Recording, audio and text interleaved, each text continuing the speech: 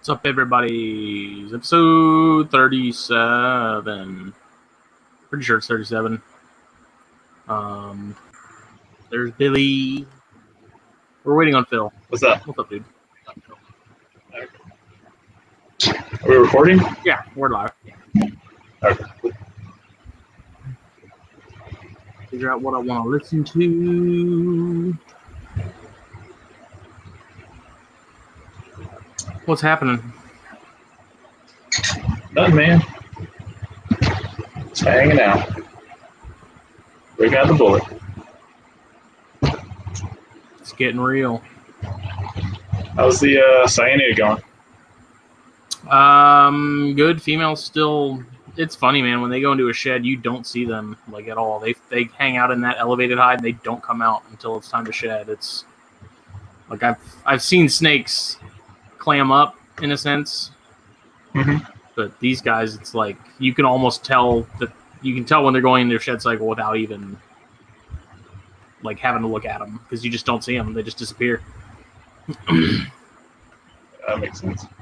But I was talking to. I never know when they're in shit.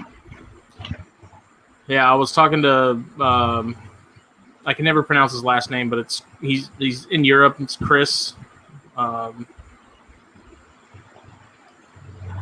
I don't know how you pronounce it, but he keeps a lot of boya, and so he said, post ovulation shed or prelay shed, you'll have eggs in about 3 or 4 weeks. So that's awesome, man. I hope it works out. Yeah, me too. I'm hoping I didn't breed her too young, and I don't have any problems as a result. You'll be all right. Yeah.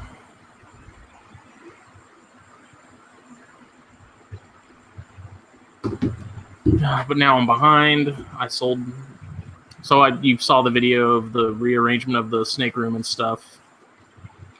So yeah, I had good, one of those giant 4-foot metal racks, and I just posted it on Facebook, and within like half an hour of it ended up, I had like 3 people hit me up for it. So nice. The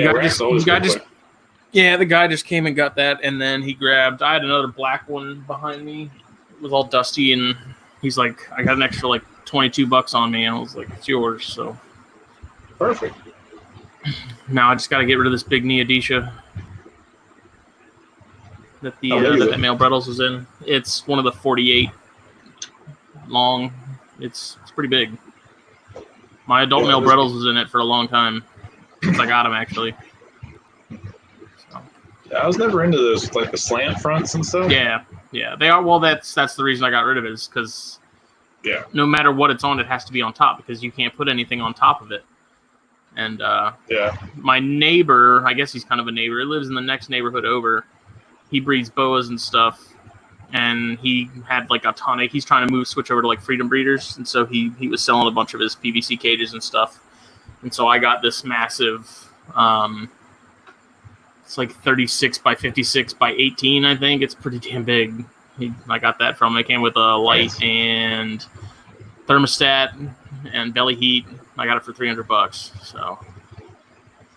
Right on, that's good. It was a pretty good deal, and he went right in there. I put the male in there. When the female outgrows what she's in now, they'll swap, and she'll go in that, and he'll go in what she's in. But it's nice because I put the racks on top of that, the chondro rack, the little with the youngsters, and then my hatchling rack for all the other stuff. It's just instead of like having everything kind of. I went up with a lot of stuff, so that cleared a lot of floor space. I stacked my 2 AP racks, which had a lot of all my Bairds and colubrids, hognoses, corns, all that stuff. So those are stacked on top of each other. They're still horrible. I cannot stand those racks, man. Yeah. But it's not enough of a pain for me to want to have to deal with it. The grayed out tubs and stuff, I don't know. They don't have to be gray. There he is. I'm alive. My 2 favorite people in the world. I'm currently trying to convince Brian Fisher to get me a chameleon article because he has these I think they're Parsons. I don't know, but they're big. Maybe it's Mellors. They're What color big. is it? They're freaking pretty. Let me see if I can pull up. I'll screen share it. Do you have any idea how many times I put the USB in the thing wrong and I realized that there's a little USB symbol on the top? Is that always Yeah, that always goes up? USB. Yeah, well, I'm stupid. I didn't know that. These guys, it's friggin' sweet. But he has a really nice camera and he takes really nice pictures. And so I told him, I was like, he only has the one, so he's like, I don't really feel qualified to write an article about him since this is the extent of my experience. He's like, but I can, I sent a friend request to the guy that bred him. And I told Brian, I was like, well, if I can get an article out of him and you have a cover shot, a decent cover shot, I'm like, I'll gladly use that. Yeah, for sure. We're so that looks desperate like a Parsons. It might be. I'm honestly not too familiar with a lot of these. But he just posted pictures of it recently. I don't know. It was on his Instagram. Let's see.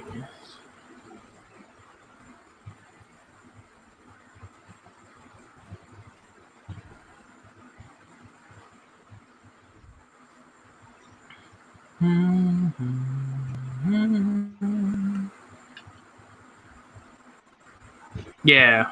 Parsons. Yep, it's Parsons.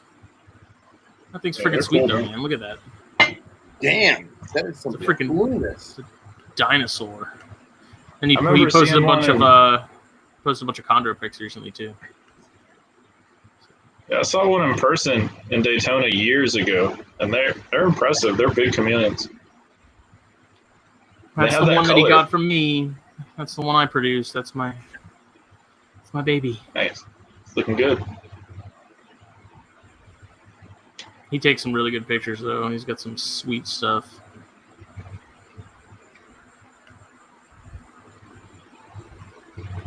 Yeah, I love shots like that.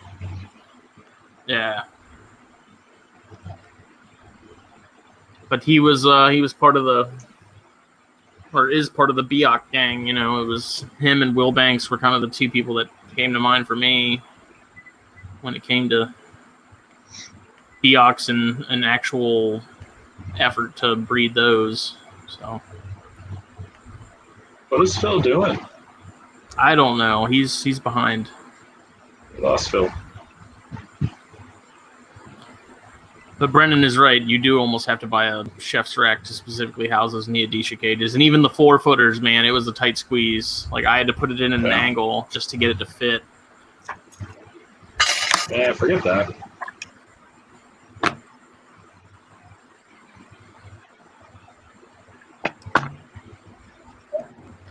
I feel like all I've been doing today is sweating. Yeah, that's about right. Philip, what's up? Hi, guys. Nice you to join us. My two favorite people in the world. Don't tell Hen Dog. I'm gonna now. Dude, it's funny, man. Henry hit me up this morning you hit me up this morning because I guess Henry hit you up wondering where the hell I was. My phone's been doing this thing where it goes out of service, and then it won't send me anything.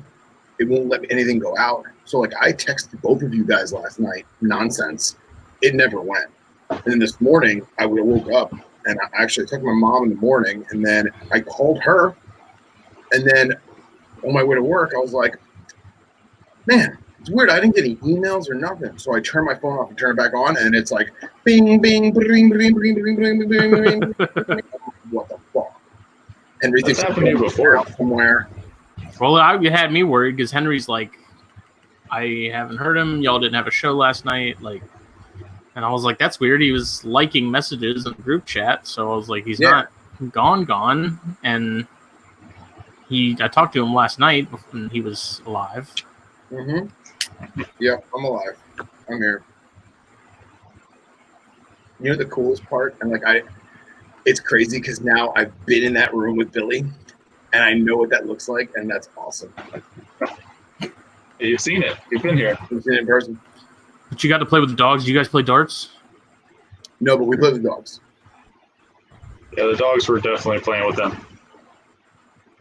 It's funny, man. Like you could tell which dog's drool is which on my dried pants. Oh yeah. It was awesome. It was awesome. So, Yeah. what did I miss? Now that I'm late, I saw Chondros, I saw Parsons. That's it. Yeah, we were just talking about the magazine, which was supposed to be released today, but I know. I was going to ask you, is it dropping tomorrow, boys, or what? Justin? no. Which one? So, It can be late. well, I'm gonna get it sewn up tomorrow. It's gonna happen. I don't know if it will actually be released tomorrow, but I'm gonna at least get it done so we can start looking it over. So hopefully tomorrow night, possibly. What is today? Possibly Wednesday. We'll see. Well, let me put it this way. Even though, like, there doesn't have to be a deadline because it's free. But I don't want to get slack. Right. As long as it's before the 30th, I think you're kosher. Yeah, it'll be all right. Yeah. But the reason it's delayed for a good reason. Okay, it's delayed because I put together a really nice article, if I do say so myself. It is. And I had to have the input of Harlan and a little bit of Rob Stone. And Harlan being Harlan, I was just like, dude, just write down like a little bit. Like, this is what I'm looking for. And just write down. He sent me like straight up, like full page. Nice. And that, and then, you know, we have a memorial piece for Justin Wilbanks, and so Mark Huffman. I had to get Mark Huffman to write something because they were pretty close. So yeah, there was a little delay on that. So I mean, it's all for good reasons, but it's mostly just we're a little short this issue too. So the page count was a little lower, and I was wanting to bump it up, so I had to write something on the fly, and it ended up morphing into something more than what I had originally planned for, which isn't a bad thing, because once I realized sort of what Harlan and Rob had to say about the matter, which I won't really talk about it as far as what it's about, but then I was like, okay, this has to be a little bit more than what I was originally wanted to be. Yeah. So it's late for the sake of making it awesome. Good. I know I told you, I was like, I'll write you something, don't worry. And then I was like, wait a minute, it's in 2 days. That's not happening. I was still waiting. It'll get out there. Be good. So I got 3 new things today. I got What's up, Hen Dog? What's up, Hen Dog? I got 2 smaller adult swamp lions. Nice. One of them is jet black with white lines. The other one is like the stereotypical cottonmouth pattern, but like way brighter than it should be for its age, or size, I should say, because I don't know how old it is. And I got a brand new TV. Well, it's not brand new. It's new to me. It's my parents' old TV, but it's mint and it's smart. Oh, moving up in the world. Yes, Brennan, it is a free magazine and you can't complain, but at the same time, I like to hold myself to a deadline, because then if I just say, oh, well, we'll get it, it'll be out before the 1st of the next month. It's always like, then I'm going to be taking my time even more. So it's more for me and less for you. Isn't it funny? This was the one we were ahead of schedule on. This is the one that we're worried about it being late.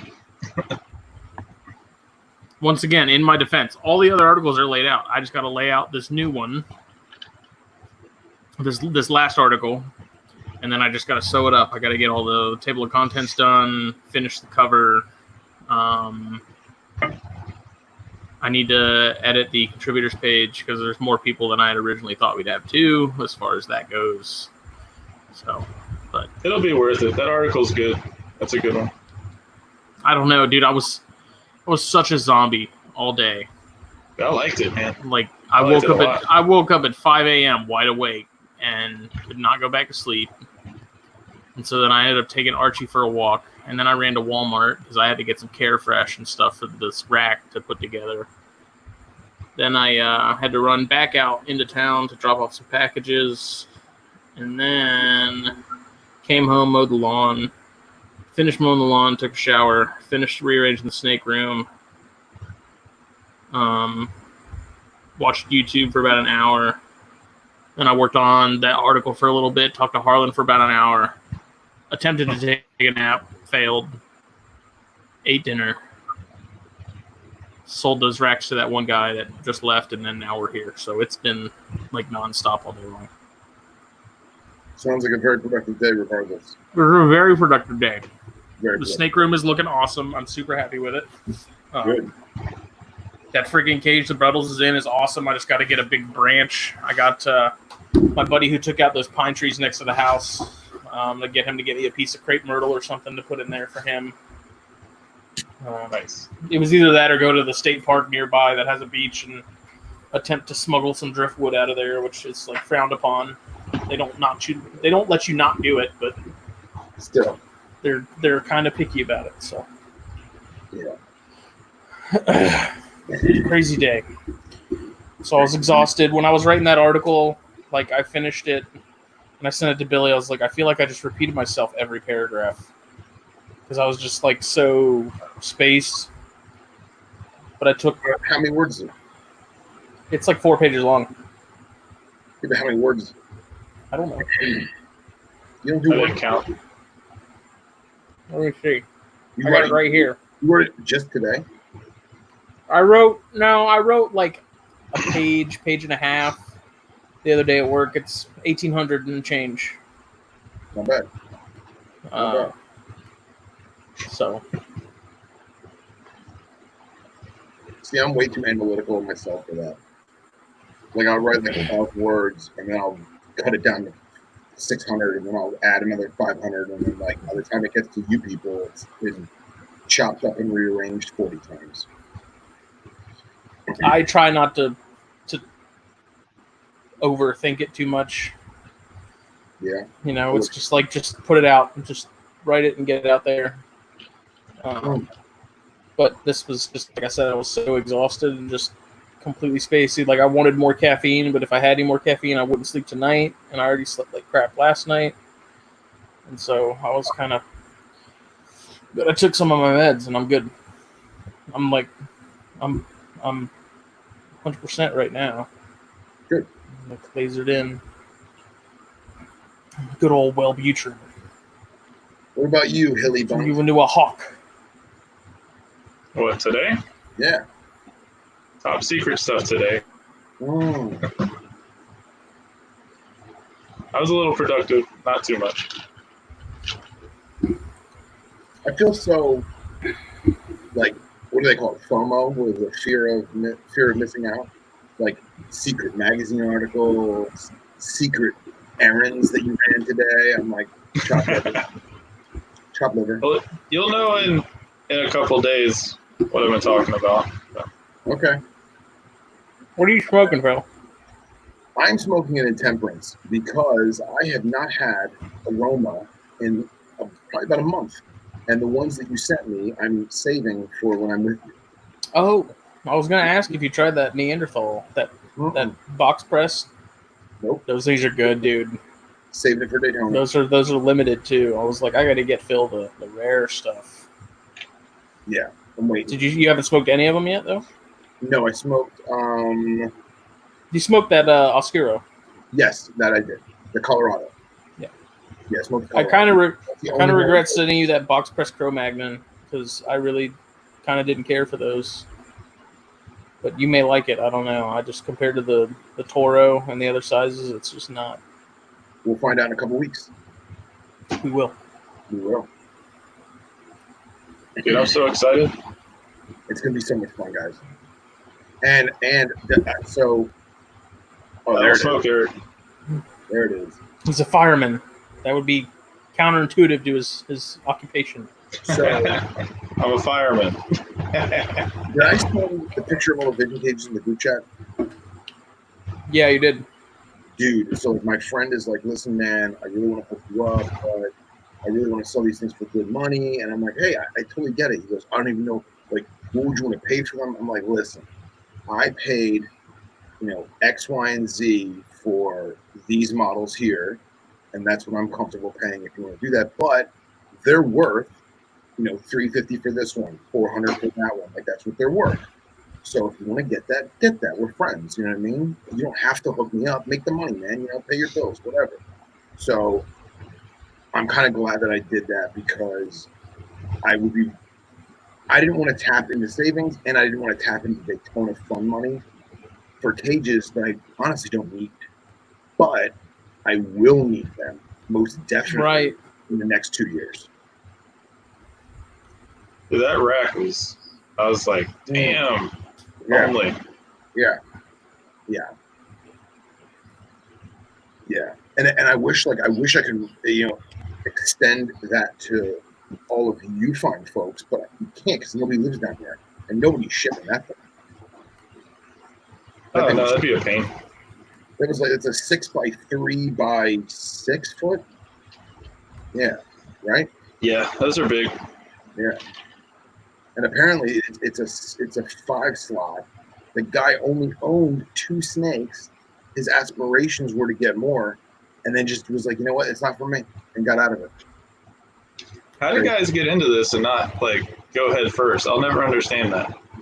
Because I'm so into it, Yeah, it's hard for me to see it from someone else's perspective. What I think it is instead of someone calling Justin up and saying, hey man, you keep snakes, I really want to get into snakes, do you mind meeting me at the pet store and show me a couple things? And Justin says, yeah, sure man, no problem. All right, cool, look, you like this corn snake, we're gonna get you 20 long. Let me show you a Baird's rat.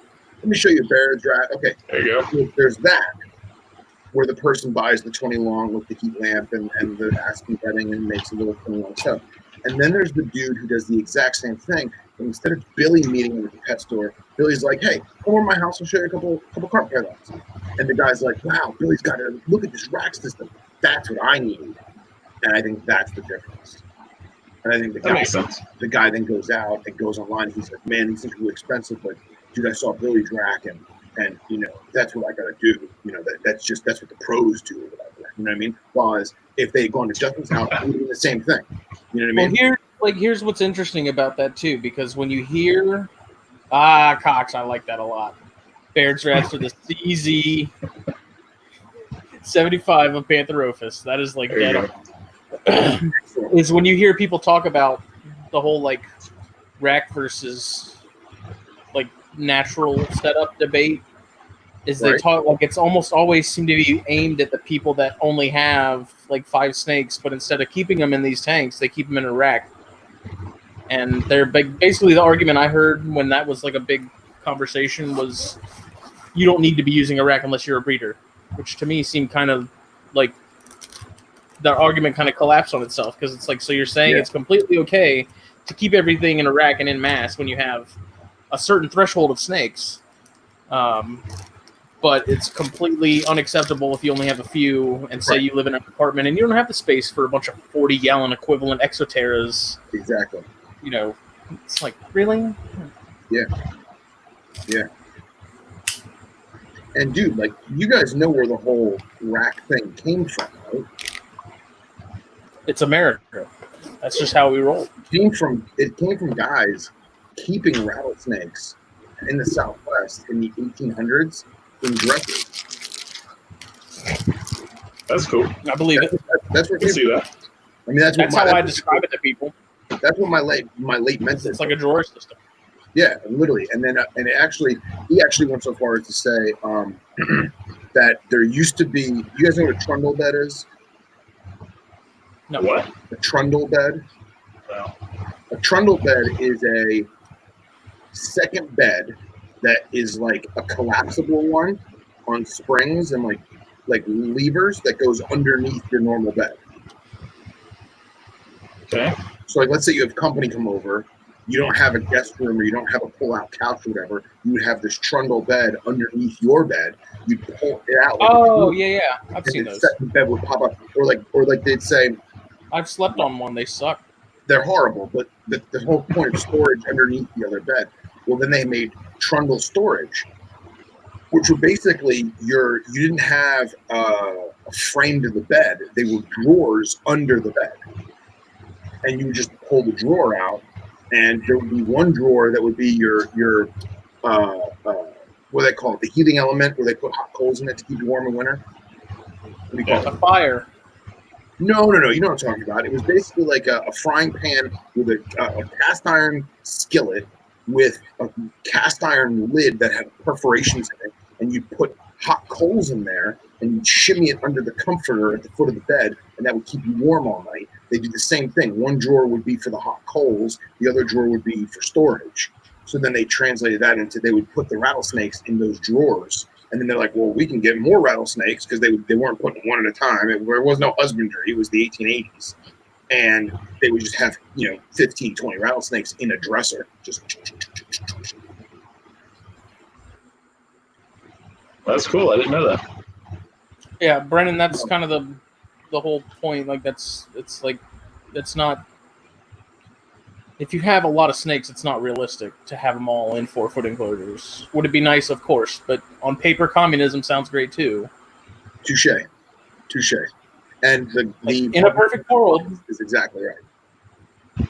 Exactly. I love Glock though. I'm one of those guys. Hey, I'm a Glock guy. There's nothing wrong with ball pythons, man. They're awesome, beautiful creatures. It's just not for me. You know how I feel about it, Phil. I don't know. I know. It's got stripes, billies all over it. Yep.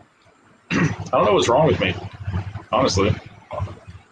So I can get way cooler things. Well, not cool. You know what I mean? More active things. Let's say that. More active things. I don't know. I was kind of excited to see if you had actually gone through with it, what kind of stuff you'd do, because I feel like you'd have a different. Like, I do wonder, being like when you have carpet guys kind of go into that world, do they have a sort of a different view on playing that game than like people who started out with balls? Here's my thing with the ball pythons, and the guys that are super successful they do this, which they have, I guess what you're referring to as a carpet python mentality, which it can be for any species, is no matter what they're getting, they're like, it's all selectively bred. I see it all the time where people are like, I need this morph. So they're going to go to a show and find that morph, and that's it. They don't care how it looks. It's just, I have this genetic, Those are the ones I would get, Ryan, yes. But, look at, there's a line of black pastel yellow bellies. Tom Bernhardt, I think's his name. Something like that. His black pastel yellow bellies are leaps and bounds ahead of anyone else that's done it because he selectively bred them. So that definitely sets him apart. So if I have those and Phil has just a yellow belly and a black pastel he got at a Repticon, breeds those, they're not going to be at all the same caliber as Tom that took the time to selectively breed and get the best looking animals, and just like every other species when you breed them. Yeah. Somebody asked me recently, yes, like in passing, why I never got into ball pythons, and the quick answer is because they're stupid. Ho ho ho ho. Well, like that's not the truth. And I really sat back and I was like, I had ball pythons that like people gave me, and then I rehomed to someone that legitimately wanted a good pet, and I sat back and I think about it, and I realized that like when I was a kid, it was colubrids, and then I had some carpets too, but like I just wasn't the python guy. You know what I mean? And I think by the time, what's that? No, that makes sense because the hobby definitely used to be more colubrid oriented, and then it shifted. Dude, I had like 15, 20 king snakes at one point, and then it was just like that was my thing. It was like it has a neck, I can't buy it. See that. So, yeah. I've had some over the years, and I've said it on the podcast, but I think the only reason maybe not the only reason, but the main reason why that I never really found the appeal in them Because I mean, they are still a snake. They are cool. I do enjoy them. I just when you get into like 5 genes and stuff, you might as well be speaking Japanese to me because I'm clueless. But I had some over the years, and I think it's because I got into carpets first. Yeah. Before I got into any of that stuff, that I was like, these things are cool. And then when you kind of, not to say you're going backwards necessarily, but when you go from keeping carpets to keeping ball pythons, you're kind of like, these aren't as much fun. Yeah. Yeah. Still cool, that's what but I did. Yeah. I had a group of them after I had carpets for 4 years. So I got a group just to mess around with them. And I raised them up for 2 years, and it wasn't fun. It was just, there they are, you know? Yeah. Bill Bradley, the problem is ball python morphs lend themselves to people being able to ignore lineage because they have quite a few vibrant phenotypes that don't really need refining. And then he goes on to also add, it's only when you get into refining some of the offshoot morphs and combos that you see the difference in lineage as opposed to just a splash of the morph. Well said. It is. Bill Bradley's always on point. Oh, he's doing it again. Especially something like Billy described, black pastel and things like it show up in tones and shades of color. It isn't obviously flashy like piebald. Or even the yellow belly morph. That was one I never really understood. Like when I see ads for yellow bellies, I'm like, that's a normal ball python, dude. Yeah. There's a lot of them that look normal. You have to have the eye for it. Can you guys hear me okay? Because I just checked my radar. The wind is picking up crazy, and I just checked the radar on my phone. And it's gonna get really shitty really quick soon. But I don't know if you guys can hear me with the noise. Well, I don't hear anything other than you. Oh, yeah, you're good, man. The trees are like bending and shit. Anyway, I'm scared. Well, dude, it's one of those things where it's like all of a sudden there's a tornado down the street out of nowhere. Like that's how it felt. Like it was creepy. If it's Florida, anything's possible. It's Florida, and then they'll be gone in 20 minutes. Yeah, it's storming bad here too. Oh, is it? Okay. Yeah. So I remember strictly, we would get in, 4,000 or 5,000 ball pythons in a day, and first thing you do is they would come in bags of like 100, and those bags they were in tier layered wooden crates in like the burlap sack, just a big burlap sack full of newspaper. So the first thing we would do is we carefully dump them all out, look for other species that accidentally may have gotten put in there, and then sort through them and see like the random Ekis surprise that kind of. Oh, that was a weekly occurrence. That was one of those things where it's like, that's not a ball python. It would excite me because it'd be like, oh, we got egg-eating snakes. How many saw scales? I say 2. Oh, I only say 1. I'm like going back and forth. And then, ooh, what species of saw scale? Some dude in Ghana totally picked that up and put it in that bag, not even thinking about it. Well, I told you about the one guy, one of the importers that came to visit Strictly once, and Mark Lucas asked him about the black mamas. Did I tell you that? Guy comes in, he's one of the exporters, and well-manicured, how do I phrase this? A middle-aged, well-manicured black guy with a nice suit. And you could tell like he was making his South Florida rounds, you know what I mean, visiting whoever he had to visit. And I remember Mark Lucas says to him, he says, so I got to ask, how do you guys get, 3 or 4 adult black mambas in one burlap sack?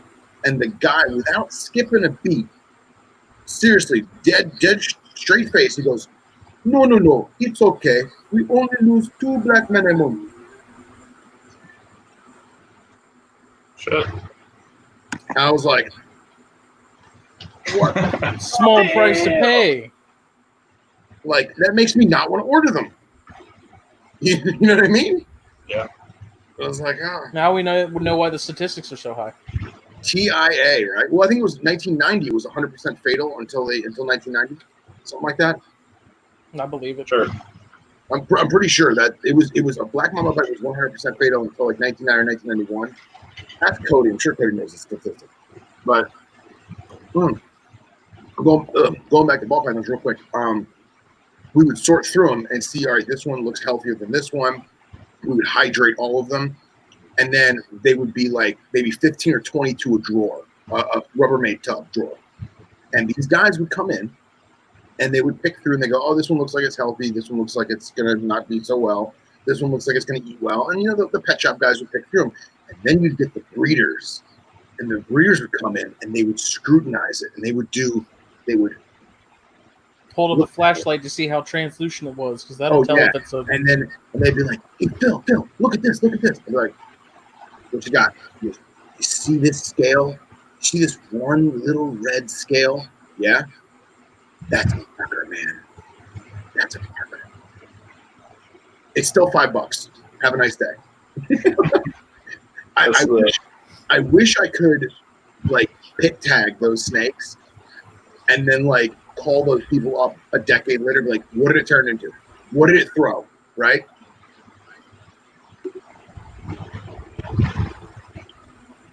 Bill said, when did the King Cobra owners come through? You mean the guys them or the guys buying them? It's like a Baskin Robbins for King You want Cobras. to hear a bad King Cobra story? Yeah. Again, at Strictly. So Big Mike is the owner of Strictly. And Big Mike is not an animal guy per se. He's become an animal guy. But originally he was an accountant, a very good accountant. And he was basically, I want to say he took over Strictly, but he came into Strictly to basically help them become bigger and better. It was at a point now where the internet was blossoming and online sales were a bigger thing, and you couldn't just fax in your list for the week. You couldn't fax it. You had to email, that kind of thing. And but he picks up real quick, and his kids like animals, and his kids have a bunch of that stuff. But I never forget this. Somebody had to bag up like a 10-foot Malayan king cobra, and it was before I actually worked there. And we were in there doing something, and there's this big wooden crate on top of one of the troughs, and it's by the shipping area. And he's like, "Who bagged up that king cobra? Is it in his box?" And they're like, "Yeah, it's good." And he just goes and he cracks the it's not nailed shut yet. And he cracks open the wooden crate, and the whole lid lifts straight up above his head, and there's a king cobra hooded with the lid on its head staring him from up high like this, because the box was like 4 feet off the ground, and he's just like takes his hands and just goes bam and just slams the lid shut, and he's like the cursing and the screaming was paramount, but he's holding this lid shut because he wasn't expecting it to stare him in the eye. I'll never forget that shit. Whoever bagged that snake up probably got fired. Rightfully so. A little bit of a liability. A little bit, yeah. And we found out what happened. The other guy that was doing venoms at the time, I happened to be there doing something, and I walked over, and we opened the crate with a hook, and the cobra it was coiled up in there, and the bag had one single stitching in the corner that was off. And in the 30-40 minutes that it was in that bag, it just popped that seam and just came out into the crate. Yep. I believe it. That sucks, man. Yep. Oh, Florida. Oh, Florida. I love it. I love it here. Gotta love it. There's so many stories from that friggin' place. God, I believe it. Can only imagine. Yeah. Yes, Cox. Fucking cobras. Who would ever keep that dirt animal? And Bill brings up another good point as far as balls. He said they were kind of a perfect storm, easy to care for. The technology of snake racks and husbandry just hit its stride. A few splashy marks like albino pied and G-stripe. Then you add in the money, which with the article that I was talking about. Bye, Dom. What I was talking to Harlan and Rob about was because we have, you obviously have your bread and butter species of the hobby. So you have your corns, you have your ball pythons, you have your bearded dragons, you have all that stuff. Mm-hmm. And then you have the obscure stuff, the weird stuff, like the stuff Billy likes, and like Knobtails and sort of things that are just not they're divergent from what's popular. And sure. The way I see it, like a species has to pass through a certain threshold of levels for them to get to the point that ball pythons did, and for those same reasons that Bill outlined, like it starts with the import or the export laws of a country at a given time. Mhm. Like obviously, like if like a Tanzania thing, like Ceratophora used to be popular; they used to be everywhere. Yeah. Now you can't find them anywhere. Like completely just fell off the face of the earth. Yeah. So like that dictates it to a degree. So once it passes that level, then it's a matter of like interest and price. Like obviously, if you have something super rare that comes in and it's 10 grand or whatever, you're not gonna have a whole lot of people in the market to buy that, especially if it's a single animal.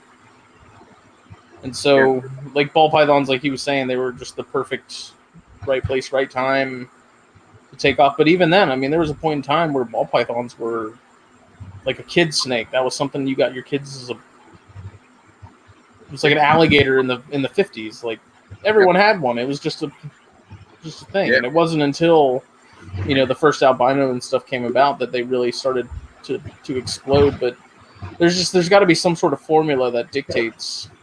It kind of followed the berm craze too, Yeah, because it was after the albino berms came out, and then albino balls came out. It's like, oh, well, seeing how successful albino berms were, why wouldn't somebody want a smaller one that more people could get it, And then start the investment type of animal thing. So you have those species that were here and then were gone, and then you have species like bears, which have always been here but never took off. Like, there's just, I don't know, it's just bizarre. Like, there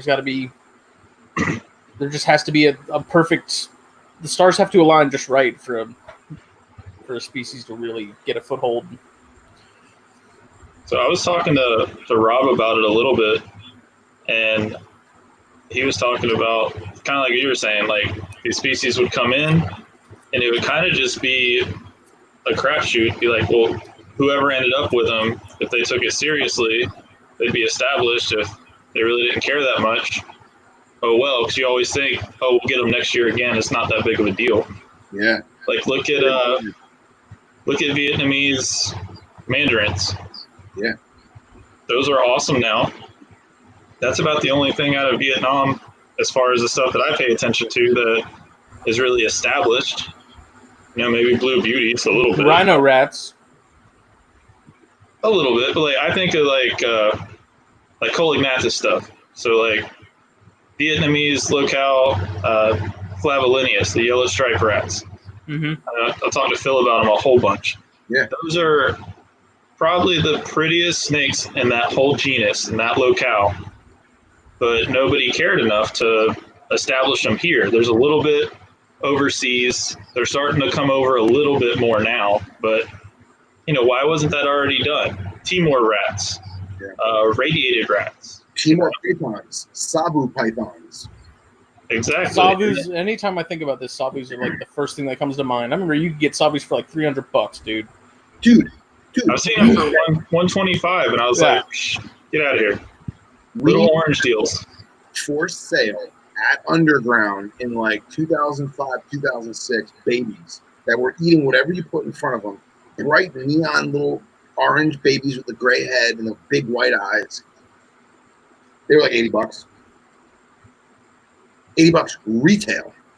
And everyone was always say, mark my words. So 2 animals that everyone used to say, get them now because they're going to go in danger, was Sawus and red-eye croc skinks. They're like, get them now, learn how to take care of them. Yeah, anything that was in the Tribolinatus genus, they're like, it's going to go extinct. Get them now. Yeah, it sucks. It does suck because now, like, I've tried myself to get stuff that's not here, especially the rat snake stuff, because I like that for whatever reason. And every guy that I talk to, they're like, I couldn't even tell them I wanted a Timor rat because they look at them all as cobra food. Yeah. That's all it is, and we really don't care to grab them, so it's not even worth the money to ship them over here, and that's sad. Yeah. Well, I mean, that's why guys like Matt Most are Like, we need guys like Matt Most in the hobby because he's doing so much stuff with species nobody else has, and he freaking knocks it out of the park with every single one of them too. He just got a group of Vietnam locale flavolineas. That's what brought that up to me. Mm-hmm. And yeah, I'm excited because he's going to be successful with them. Mm-hmm. So a snake that I thought would never be available, because I've wanted one for 9-10 years now. I just know in a little while I'll be able to get some potentially, and that's exciting. Yeah, it's awesome. It is awesome. Well, talking to like we had it in the group chat the other day that crocodile tegu. Yeah. Like me and Rob were talking about that, and Rob said there was a CITES reevaluation of them, and between 1975 and 2010, only 17 had come into the country, and that's not even just 17 live animals. That's between 17 split between live animals, dead animals, like body parts, and like leather. I think is what it was. Wow. He's like, there's 7, like Bushmaster selling for $7,000. Like he said, you're never gonna see these again. He says because no one's gonna pursue them. The price is already so high that knocks out like 98% of the people that would even be interested in buying it, but can't. Right. Yeah. And so he's like, this thing's going to get sold, and then it's just going to float off into obscurity. And he's like, that rarity and that price point alone are going to be the things that kill it. Yeah. Yeah. So, yeah. It's just, how many other times have we seen that? I mean, Harlan called me 3 times. Like, I talked to him about it Saturday night.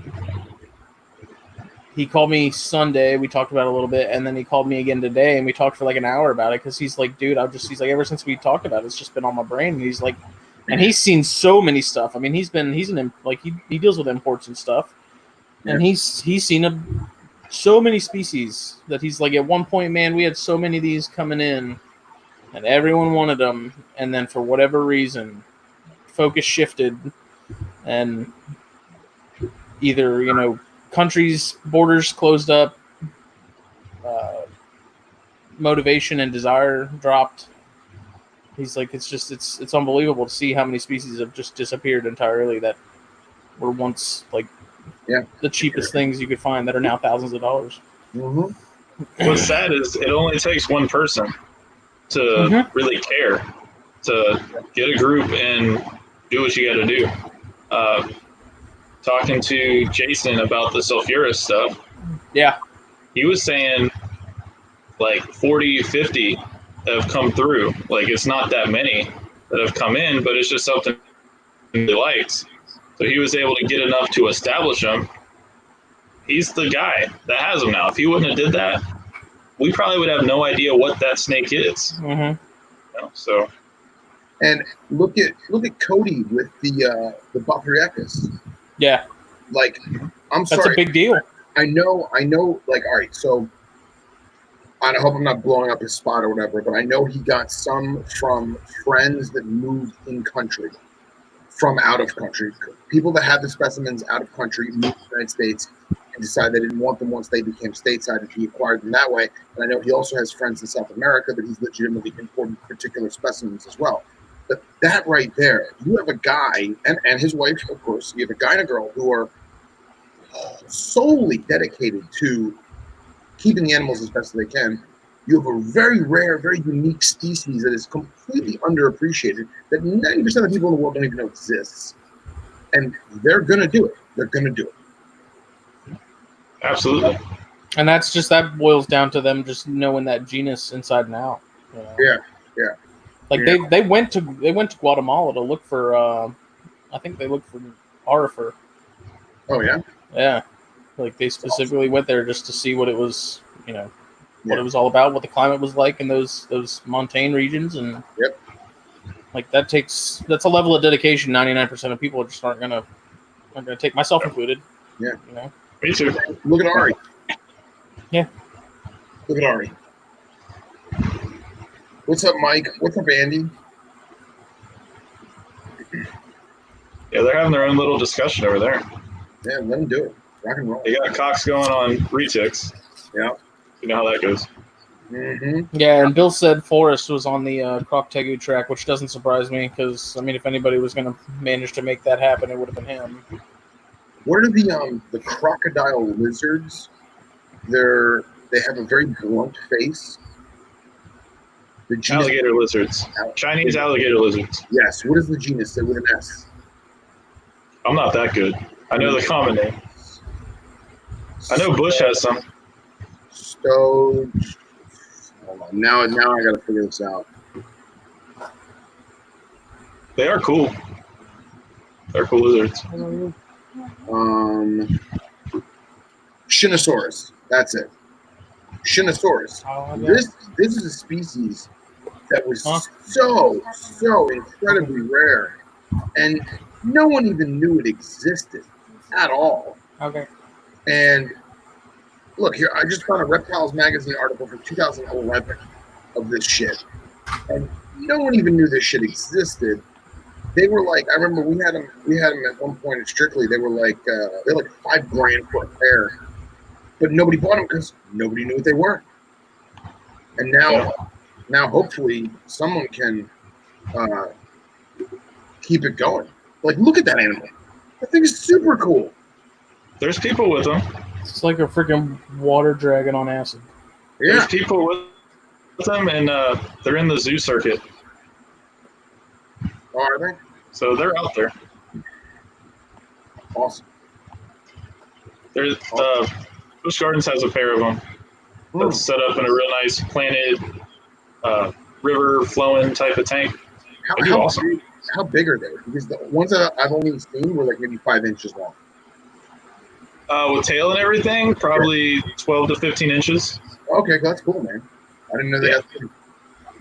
Yeah, they get a good size. That's awesome. Yeah, man. I think that the mindset that we're all headed right now is a beautiful mindset, and like not just us, just like our age group and extend a little more is really on a great wavelength for making things different in a lot of ways. Yeah, you're seeing a lot more people branch out and they have more of an open mind than like the core group of mainstream animals now. Yeah. It's like you said, it's exciting to see the route we're going, and hopefully it continues to go that way. Yeah. From last week, we had talked about Matt Somerville in Australia, and I sent him the link, and I was like, "Hey, I hope you don't mind, but we talked the shit out of you on the show." And he was like, "Oh my god, that's so awesome! I can't wait to listen to it." Blah blah blah blah. And I don't want to sound like we're trendsetters, but did you guys notice that everyone and their mother started reposting his pictures in his video of that one Pseudonagia ingrami? Yeah, I think it's sexy. And did you see he's got sprouts growing out of the soil? Did you guys see that? It's amazing. He literally has vegetation naturally growing in the enclosure out of the soil. It's awesome, man. Henry says, don't forget, CITES comes in, makes changes, countries close up, and species are lost. I always take any snake, quote, or reptile for granted. We all do. And it's just, I mean, like, we shouldn't all necessarily be, like, freaking out and feel like we have to hoard everything we can, because we don't know what's going to happen, but we just need to, I think, putting more thought into, like, the projects we choose and stuff are probably wise. And I think a great way to look at it is 10 years ago, I would see. Don't take Phil for granted, Henry. No, Henry's right. Henry always tells me, don't take a species for granted. And honestly, that's why I jumped into purple maculatus, because in the past, I took them for granted, man. Dude, I bred them without breeding them. I just was like, oh, you look like you're right. Go together. Oh, look, she pooped out purple babies. Awesome. Like, I didn't care. And now I'm raising up these juveniles in hopes that I can really make some cool shit out of it. And Henry and I have some very personal opinions of CITES, to which I will not get on my soapbox for. But I think it comes down to now is you don't just get everything that you want and say, I'll never get it ever again. Yeah. You get the one thing that you care about. And if it does disappear, you know that you did everything you could to keep it going. And if it doesn't disappear, well, then that's fine, because you still did what you did, and it's still great.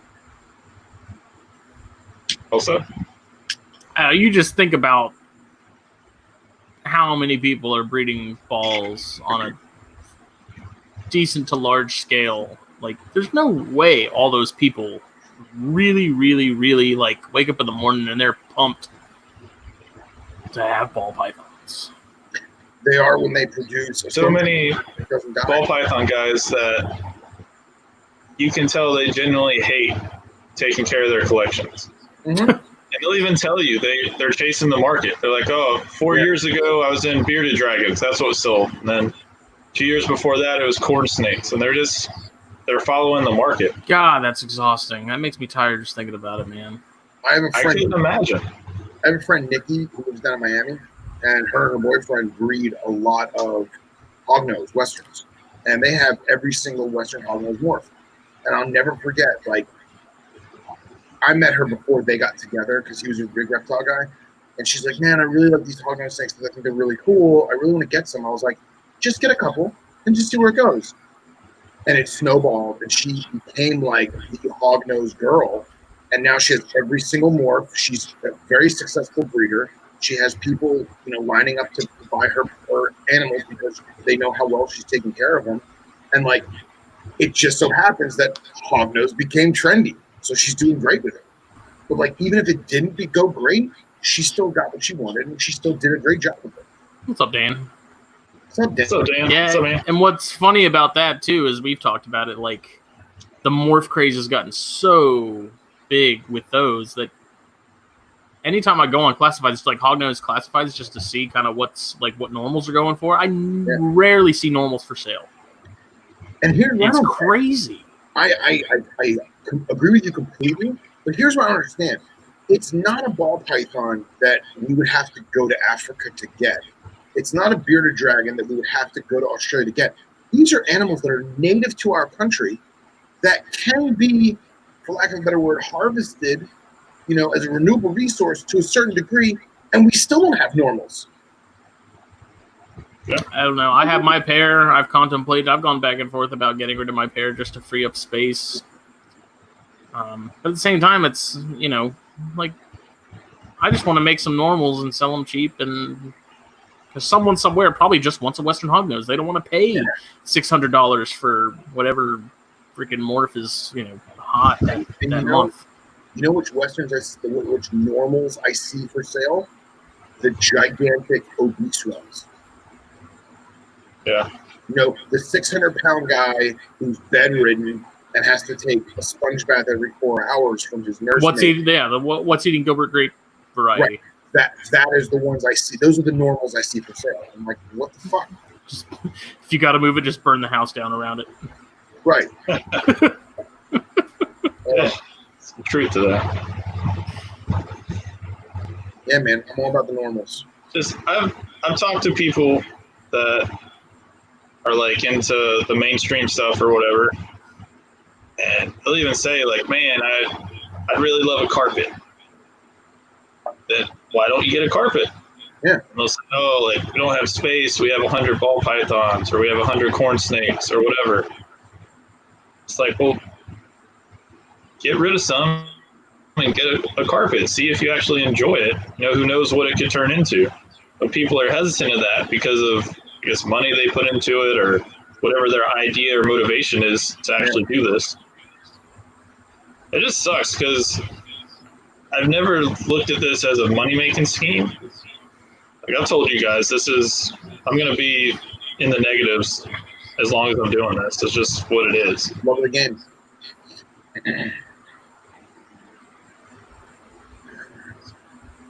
I don't know. I also think about this too. Yeah, normal corns are expensive. I also think about this too. Is like, he's saying about the collector mentality. You don't see people saying, "I have one of every single ball python morph because I love them." Because they'd have to have a warehouse the size of a Walmart to do it. Right. And it's. I commend them for their desire to see what comes out of it, but it always brings me back to that soccer mom that I always tell people about that dropped off the tray of baby ball pythons in underground. I told you guys about this. I was hanging out. Oh, yeah. You did. You told me. Billy hasn't heard it, but I have. Yeah, I was hanging out at the retail store with my boy Tim. He's the manager of the retail store. And I was just like leaning on the counter, like we're just BSing, you know? It's like a Tuesday afternoon. And this soccer mom chick comes in and she has a Sterilite container with like 15 or 20 baby balls. And she throws the container on the countertop and like it slides. And like Tim puts his hand on it so it doesn't fall off the counter. And she's like, you guys effing lied. You effing sold me this snake and told me it was going to produce X, Y, and Z. And I waited all these months, years of this. And I finally produce it. They're all normal. They're all ugly normals. I'm never doing this ever again. And she storms out. And like, we were just disgusted. Thanks, Karen. Disgusted. Like, these are living creatures that you brought into this world. You know what I mean? Like, each one, although it is above head, they're adorable little baby balls, you know? And yeah, they're probably going to be a pain in the ass to feed, but you know what? They're still cute. They're still living. They're still going to make somebody happy. They're still going to be a good pet to a certain degree. That is what's sad, is like the morph thing has gotten so crazy that it's gotten to the point, and not everybody, I'm not going to say everybody looks at this, but I'm sure there is a percentage of people that they see genetics, they don't see a living, breathing thing. They see its pedigree, you know? Yeah, it's sad. You see the guy at the show who, the young kid, whether he be 15 or he's 25, who says out loud, verbatim to the ball python breeder, who's holding a I don't know, pastel or whatever, bumblebee, whatever. He's holding it in his hand. He goes, so these are native to Africa? And the breeder says, yeah, ball pythons come out of West Africa. No. Like, what country do the bumblebees come from? And, like, I felt bad for him. And, like, he could be a moron, or he could also really not know that it is a genetic mutation that has been forced to produce said genetics. And, like, I'm torn.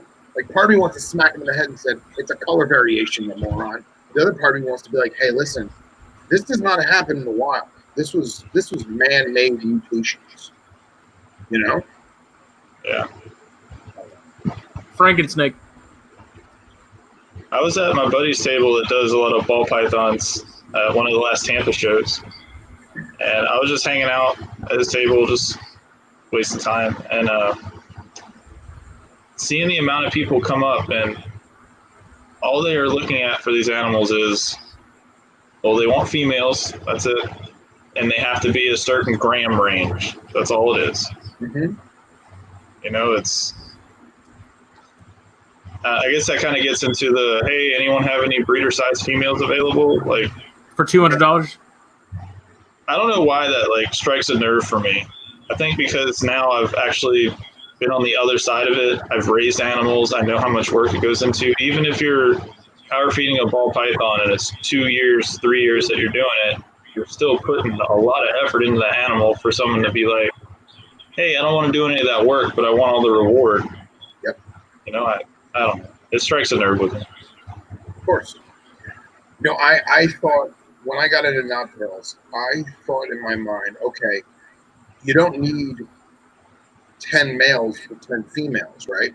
You don't. So I wanted to be that collector, and I wanted to have one of every available species. And if they were all males, so be it. I wanted to be able to observe and interact with these species because I'm a weirdo and I love them. And well, that's different, because that's not something that thousands of other people are producing. That's like like there's a limited availability to that. Like, it's true. Something worth collecting. So I got you on that, but here's the thing. The breeders who have a legitimate surplus of males are still apprehensive to sell those males. And it's like, why do I have to, like, why am I still, how do I phrase this? If the female is $4,000, why is the male $4,000 and you have 10 extra males? Why? I don't get it. You can't make more babies with just a male. You know, you're not expanding your market. You know what I'm saying? I ran into that problem last year because all my clutches were male heavy, and everyone that come up to my table, be like, oh man, if that was a female, I'm like, well, it is what it is. And they're not $4,000 animals. It's just that mentality. A male is less desirable, or is worth less, or whatever. That's, in my opinion, that's really dumb too. Because I don't know where this whole idea of I gotta have more females than males came from. Because I go the other way. I'd rather drop serious money on a really nice male, or even two males, and then have like a handful of just not even necessarily like same tier, like chondros specifically. Is kind of what I'm thinking of. I would rather invest in one just knockout male that's like my designated hitter, because I compare him to as many things as I want to. You can't do that with females, and so I don't understand. Like, I'm male heavy on chondros right now, and I'm completely okay with that. I'm actually happy about that, because I'd rather have too many males than not enough females. Like, that's when your main male, something happens. He gets sick. He rolls. He is a lazy breeder. That's why, like I said, have two just solid, at least two solid males that look really good that you put money into, and use those. Like, this is something I was talking to Harlan about the other day too. I cannot understand what the whole drive, because that's the problem with chondros right now, is nobody has adult females. Everybody wants adult females, and the people that do have them, they're not selling them. They're not getting rid of them. Of course. Everyone has males, and I'm like, this is awesome. If I was in a position where I had two females, I'd be freaking pumped, dude, because you got like the pick of the litter, man. Yeah. So I go the other way. I'd rather be male heavy any day. And like, Phil, what was that? You've seen my collection. I'm male heavy. Yeah. It's the smarter way to go about it. And I made a mistake. So like I have one Cinctus male that's like my stud, and I got him from a Facebook friend who I trust, that this was like his champion. And no shit, I could take that gecko and put him in with a female any time of the year, and he's like, "What's up, girl? What you doing? What's going on?" And my girls hate him. Want nothing to do with him. I got one copulation out of one single 20-minute copulation out of him this year, and she didn't even lay infertile. I got nothing. So I have to get more males for that pattern, for that parents. I have to. I've always had the idea that if you're serious about a project, you need to at least have 2.2, 2.3, something like that. Like, you have to have a backup for your main pair. That's what I did with the purple maculatus. So now I'm waiting for 2 snakes to shed to really see what's going on with it's a male and female. But I've got 2.4. So that's perfect. Yeah, I'd rather have an even ratio or be male heavy. And the females all look very similar, but the two males are vastly different. So their coloration crossed with the uniformity of the females, it's a crapshoot. We'll see what happens, which is exciting to me. You know what I mean? As much as I want to produce just green with purple saddles, or I want to produce just all black, just jet black snakes, I'm kind of like, fuck it, who cares? Let's see what happens. Yeah, for sure. That's the fun of breeding a lot of this stuff. Yeah. Like, I have 2.4 of the Maclots, and I'm honestly like, man, should I really get another male just to have another backup, because who knows what could happen, or if I like the look of this, or I want to go for this look. Why don't you get a reverse trio of Duns pythons there, Hunt? Yeah.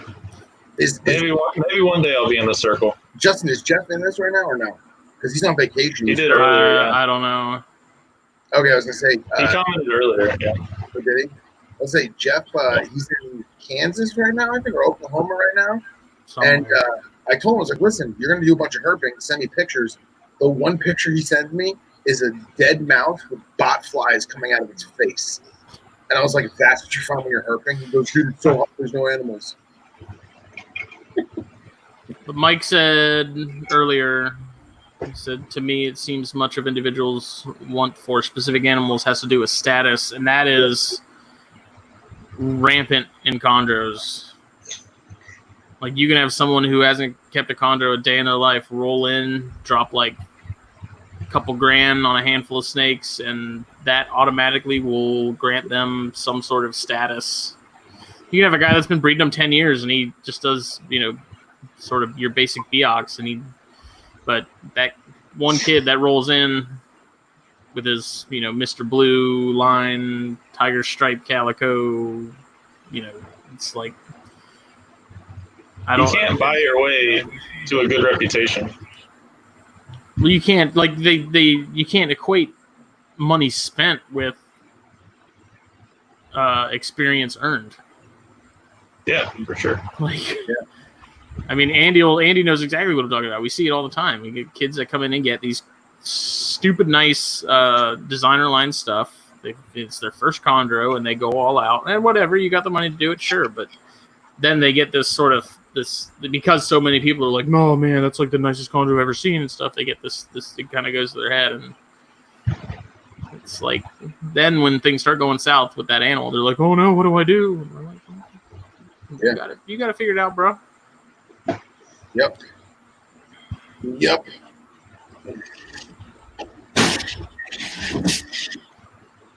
I'll take him in a hot minute, Brennan.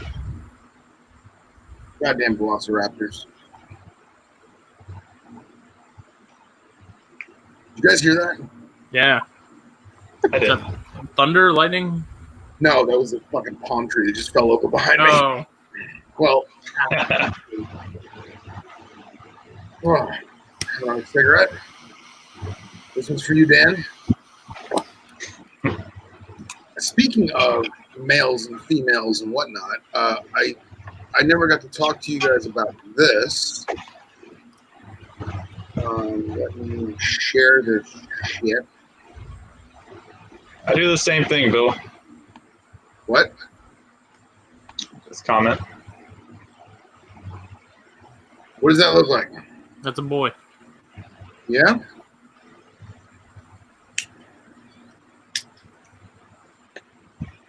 I'd have to see it better. How do you know it's a boy? What makes you think that's a boy? Because males they get that hole.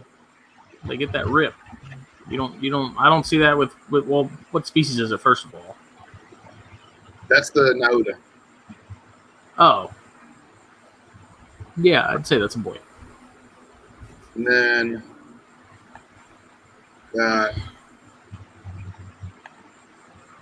it's hard, man. It's hard to see, like, in the picture.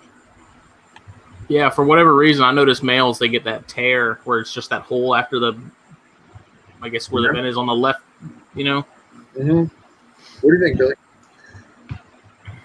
I think it would be a lot more obvious if it were a female. You'd get the little butterfly. Yeah. I'd say female with that, but... See, and he always gives a perfect shed every single time, but he mangles it and wraps it around grapevine, and, like, it tears and rips and becomes shredded, but, like, it's still all in one piece. It's just doesn't look good like this. And I was actually really impressed by, like, all these little spikies. Like, yeah, that was super interesting. I've noticed in the off season, I'm sure Andy can probably chime in too. Like Andy has his class to Lepus. Maybe he'd know. Yeah, what were you saying? I could be completely wrong. Like, I'll get plugs from my male. Like, I don't study the shed, so maybe I'm not the right person to ask that. But when they have plugs, it's super easy. Plugs or no plugs. Yeah. But and, like, just I even have. Yeah. Well, like, most of my males right now, when they shed, it looks just like that. So so I'm not the right one to ask about that. Maybe I should pay attention to that more. I mean, I never did until Justin told me that blood spot thing with females, and then I started checking my ones that I know are girls, and it's uniform. But I'm also really male heavy on everything because they're all pets, like most of our pets. So, yeah. Like, all the cobras are male, all the rattlesnakes. Well, let me rephrase it. All the non-citrus are male. I have 3 of them left, and I don't know what they are because they're really small, and I don't want to mess with them yet. So, yeah, Andy, if you're still listening, tell me. I'll text you that picture if you want, Andy. That'd be something to be cool to put out there, to like look for these finer details of the sheds and stuff. Because I've always just looked for plugs or no plugs. Yeah. Well, I mean, I'm a probe guy, man. I'm all about probing, and like when done methodically and carefully, I've got a pretty damn good track record with that shit. And I'm also not the guy that's like, do it once and oh, it's shallow, it's a girl, and I never do it ever again. No, I'm gonna wait till it sheds, wait till it defecates, do it again, you know. So, but I also can see how people would be apprehensive to do it because if you're not shown how to do it properly, it's extremely dangerous. You know, like I know a lot of people that probe tegus, and like I will not probe a lizard. I just won't do it. Damn, those Miami Cola bangs are horrible. I hated those. I don't even think I finished mine. Andy, what makes you think that looks female? Maybe I was right. I'll take back what I said about not knowing what I'm looking at. I say male, man. Not mailman, but male, man. Yeah, male, comma, man.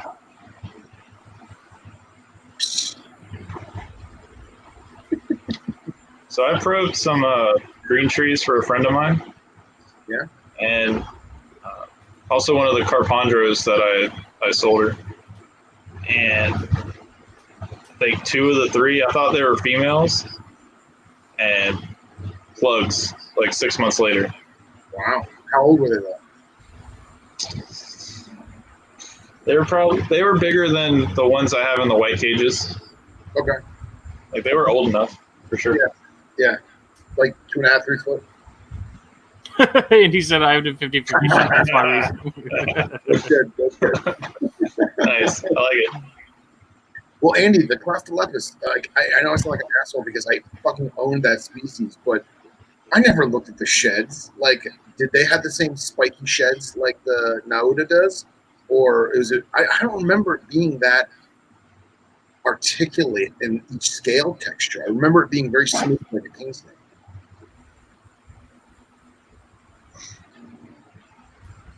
I was so bummed when that thing died. I was so bummed. Like legit sad. I would be too. That snake. Yeah, that sucks, man. That snake survived 4 different girlfriends. Not him, me. Both of you. Both, that's right. I don't know, man. Like I said, my money's on female or male. I look at every freaking shed. See, I look at them too, but I don't study them. Like you're saying, there's a blood spot on the females and stuff. Like, well, that's more noticeable on colubrids, like with corns and the rat snakes and stuff. Next time you have one of your female shed, look, and you'll see these 2 little red dots on each side of the past the vent. So like where the tail would start, you'll see these 2 little like blood spots, and that's from what I understand, that's from like some sort of hemorrhaging when they shed. It just causes this little bit of dried blood. Oh, actually, there's the Stuart Tennyson did a video on it on Facebook. I'll have to send it to you. okay, But he talks about it because it was originally something he used. He's like, instead of probing, you know, when you have Alterna, he's like, just wait for him to shed, and this will tell you everything you need to know. And you know, obviously with boids like pythons and stuff, it's a little different because you get the plugs if it's a male, depending on the age, and then I guess when they're not out of season, you get like a hole, like a tear, like Phil shed. Yeah, it looks just like my female sheds, to my eye, anyway. Mm-hmm.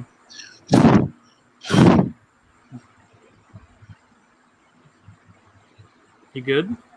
Yeah, I don't know how, but I got ash all over my keyboard. I guess maybe the wind blew when I went inside. Oh, it's crazy. I just looked at that palm tree thing, and like half the tree sheared off and fell. It's crazy. And now the wind's gone. It stopped. Welcome to Florida. I know, right? I just went in, I refilled my beverage, and I went in my room to check on the dog, make sure he wasn't doing anything bad. And dude, the Texas Indigo took a Cleveland steamer because that whole room was Gross. And like I look at him, he's like on the glass, and he's like, I got a job for you, motherfucker. yeah, right.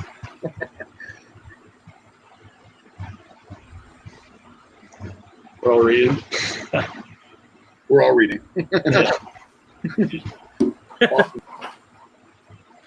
Awesome. Okay. I just didn't see plugs, so. Yeah. He sheds pretty frequently, so I'm hoping I can maybe get another one out of him before I deliver it to a smithy.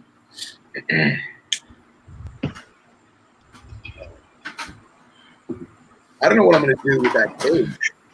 When he's out of that cage, because it's a 3-foot vision display cage, I don't know what I'm going to do in there. I think I'm going to build it out and put the rock rattlesnake in it. I know what you can put in there. You already got it. I know, right? And that would free up the 3-foot vision I have. I need to. Bill, I'll send you that video too.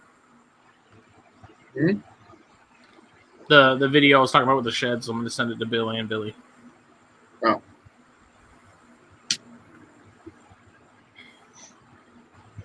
Yeah, Phil, I think you should do that. A whole bunch of perches and stuff. What, for the rattlesnake? No, for the Boyega. Oh, he's already set up. I just need to add. He's set up on paper towels with a ton of crap in there, but I want to get. I found a cork round that I'm gonna spray down with a bunch of Chlorohex and clean it up a little bit. But I'm gonna go shopping at Brahms because I want to get one of the arboreal hides, and maybe I have the perch holders that you gave me, Justin, but I think they're too thin a diameter for as wide as that cage is. I think that if the Boyega went on it, it would just bow. You know what I mean? Yeah. I don't know. Part of me thinks that might be cool. And then I also have a bunch of fake vines that I keep forgetting to put in there. You know what I also do for mine is I take those perches for like tubs. Yeah. I had one around here somewhere.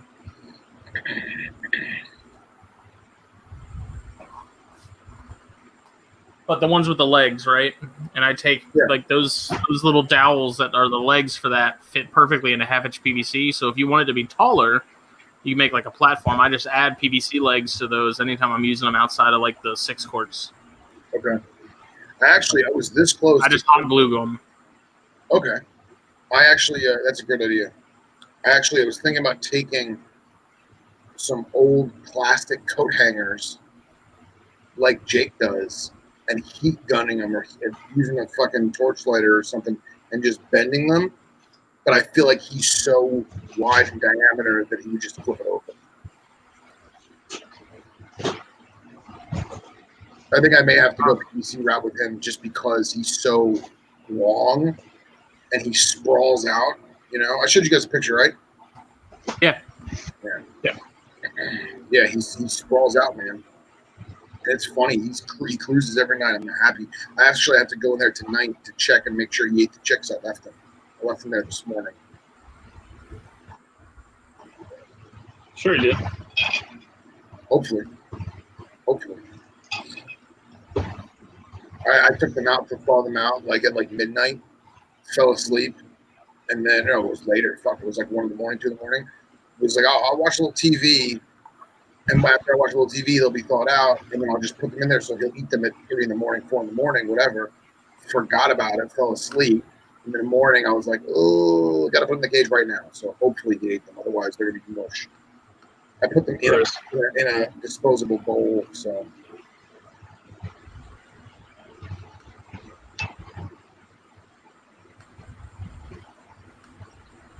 What else, boys? I was sending the video. Oh, okay. I sent it to Billy, you, and Bill. Cool. And if anybody else is interested in it, just let me know. I'll forward it to you as well. It's on Stu's Herp's page, Stu Tennyson, who's like the gray band god. Oh yeah, it's super noticeable. Yep. So and I've actually seen it in younger snakes too. I've seen it in smaller, like younger animals, not just adults. You haven't noticed that on your pythons. No, instead I usually notice plugs or the butterfly, as I call it. The wishbone, whatever you want to. Yeah. So I just put a picture up there for you to share, and I was saving this. I was going to put it in the group chat earlier, but I decided not to. So this is I woke up to this cage like that. And what do you guys notice about that cage? I'm going to start breathing hard. The open door. Well, let me put it this way. I'll picture my knees. It's not venomous. It's actually in my bedroom. And Doesn't matter. The animal did not escape.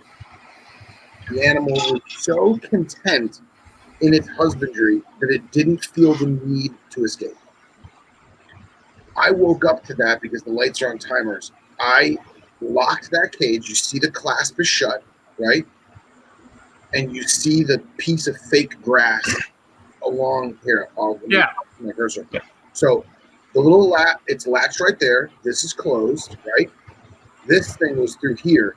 And I guess this was just enough that at some point in the middle of the night, it popped itself up off of there. Yeah, like leveraged it. Yep. And I never heard it. I didn't see it. I woke up to it because I know it was in there the night before because I threw crickets in there the night before. And thank God the thing ate them because I did not have crickets all over my room. But this is a classic example, in my opinion, of why if you were to do venomous in an Exoterra or a Zoomet or a Zilla type cage, you must have extra precautions. You can't just have the latch. You have to put something through these two holes here, whether it be a little padlock or a piece of wire or zip tie or something. You have to secure this top area too, because I cannot believe that this popped open in the middle of the night. I just can't believe it. Thank God it was not venomous, you know? Definitely. And thank God the thing didn't get loose, because if it got loose, I would have never found it. Oh, God.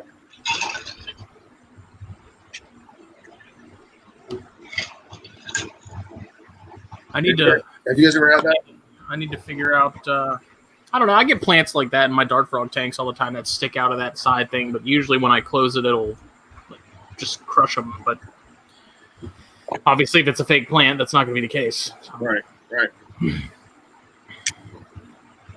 Have you guys ever had a cage open and you find it open and the animal's still inside? No. I've had it both ways, yes. Okay. Dude, I was like, oh my God. And like I opened the thing and like start moving rocks around and the lizard was in there and she's like, whoa, what the fuck, man? Like, cover me up, bro. And like I just put the rock back on. I was like, I'm sorry, lady. Yeah, it was actually that situation that made me start going to like actual professional caging instead of trying to rig stuff and be cheap about it. Yeah. It's like, well, now I can have locks and all that. But before it was, hey, let's just make it work and see what we can do. Yeah. Well, that's why I like that Zilla arboreal cage I got that I won an auction at Carpet Fest. I have Tremercers in that. And that thing is great because... Which species? Permaculus. Oh. It's my darkest, blackest one is in there. And it's also my smallest one, too. I like it because it came with the plastic top to cover the screen, keep the humidity in, but it covers the latches. So there's no way that you could knock something over or bump into it and pop one of the top latches. And then at the same time, it's a mono door with a latch, and it has pins that go in the door on the top and the bottom. So you physically have to pull each pin out and then unlatch it. And what I did was I took twisty ties, and I wrapped each pin in a twisty tie so that I could take hemostats, grab the twisty tie, lift the pin out, grab the twisty tie, lift the pin out, and then use the hemostats to unlatch the door, and then use the hemostats to open the door. So I physically don't have to touch the glass at all. Because he'll launch out of there. They're little heat-seeking missiles, man. I know, they're so goddamn cute. I was telling Henry, like, I'm done with tree stuff right now. Like, I got enough arboreal stuff to last me a long time, but I really want the big-eyed ones, the macrops. You guys seen them? They look like... Well, in the magazine, we had that that Yes. Perfect Bangkok. Yes. And the guy had pictures of Macrops in there. Those things were sweet, man. So cool. And like, I mean, it's a green tree viper. You know what I mean? But dude, those big, giant, gnarly yellow eyes. I gotta find them all. Well, the ones that he had sent us also they were almost like a bluish green too. They weren't like just green. They had like a bluish tip to them too. I was talking to Henry about that, and that is solely Thailand, and that's why like, his whole Bangkok thing, and that's why we never see blue ones, is because they're Thai. Oh, does nothing come out of Thailand? Not right now. It don't. Oh. Let's screen share this. Chrome tab. So like, they have the cat eye, like elliptical pupil, whatever you want to call it. Maybe elliptical is not the right word, but it's just those big bright yellow eyes, and then with light in daytime, like look how thin that eye gets. The pupil's so thin. And they get that red tail. Let me see if I can find one of the blue ones. Like, oh, look at the white line. Like the broadly eye of the Trimerestrus world. Yeah, totally. Let's do this. Oh, you know what I can do? I can go like this, and then go like this.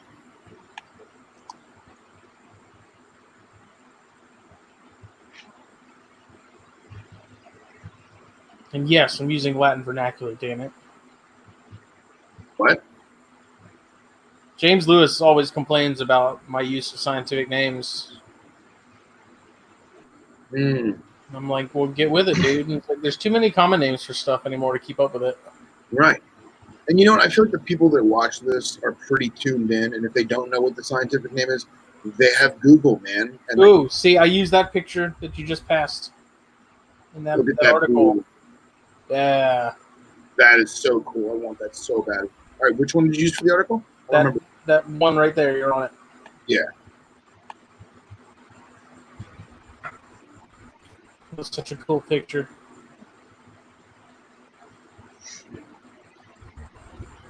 Oh, there you go.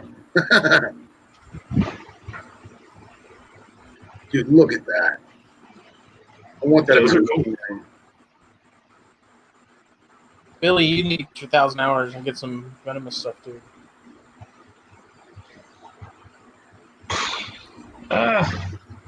Look at that eye, man.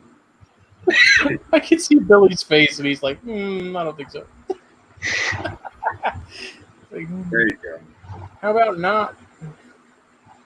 It's not that I'm completely against it. I don't have the desire that I do with the stuff I have, Yeah. Like, I really like Wagler's Vipers. Mm-hmm. Those have always been the things I really like, but they don't do well in captivity. I love how you picked like the most pain in the ass species you could have picked. Have you seen my collection? Jeez. Yeah, that's true. So you're a glutton for punishment, buddy. I love that, Henry. Nothing out of Thailand. It's the law. Establish la ley. All right. Well, it's like I really want the Bunianas, the fairy pit viper. But I was talking to Henry and I's buddy in Sumatra, and he was telling me that you can't go near the island because it's owned by the Malayan government, and there's so much cool endemic species to the island that they have armed military on the beach, that their sole job is to stop poachers from going there to catch snakes and lizards and shit.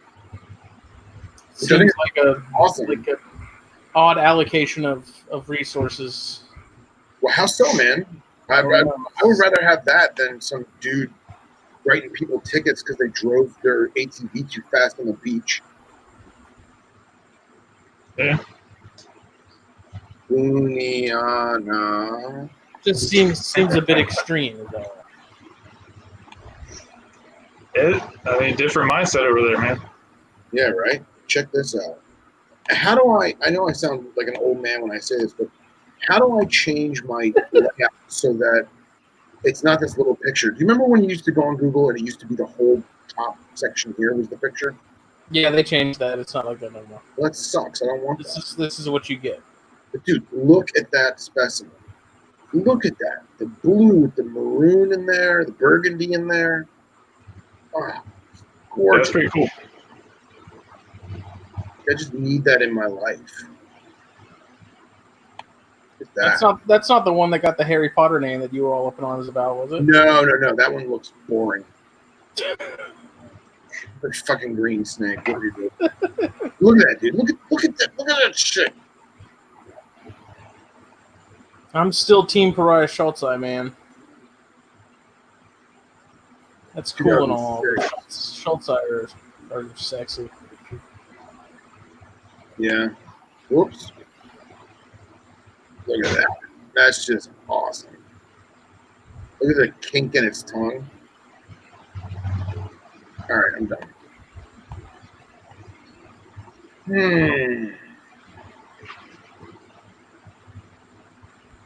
Billy, when are you sending me all your chondros?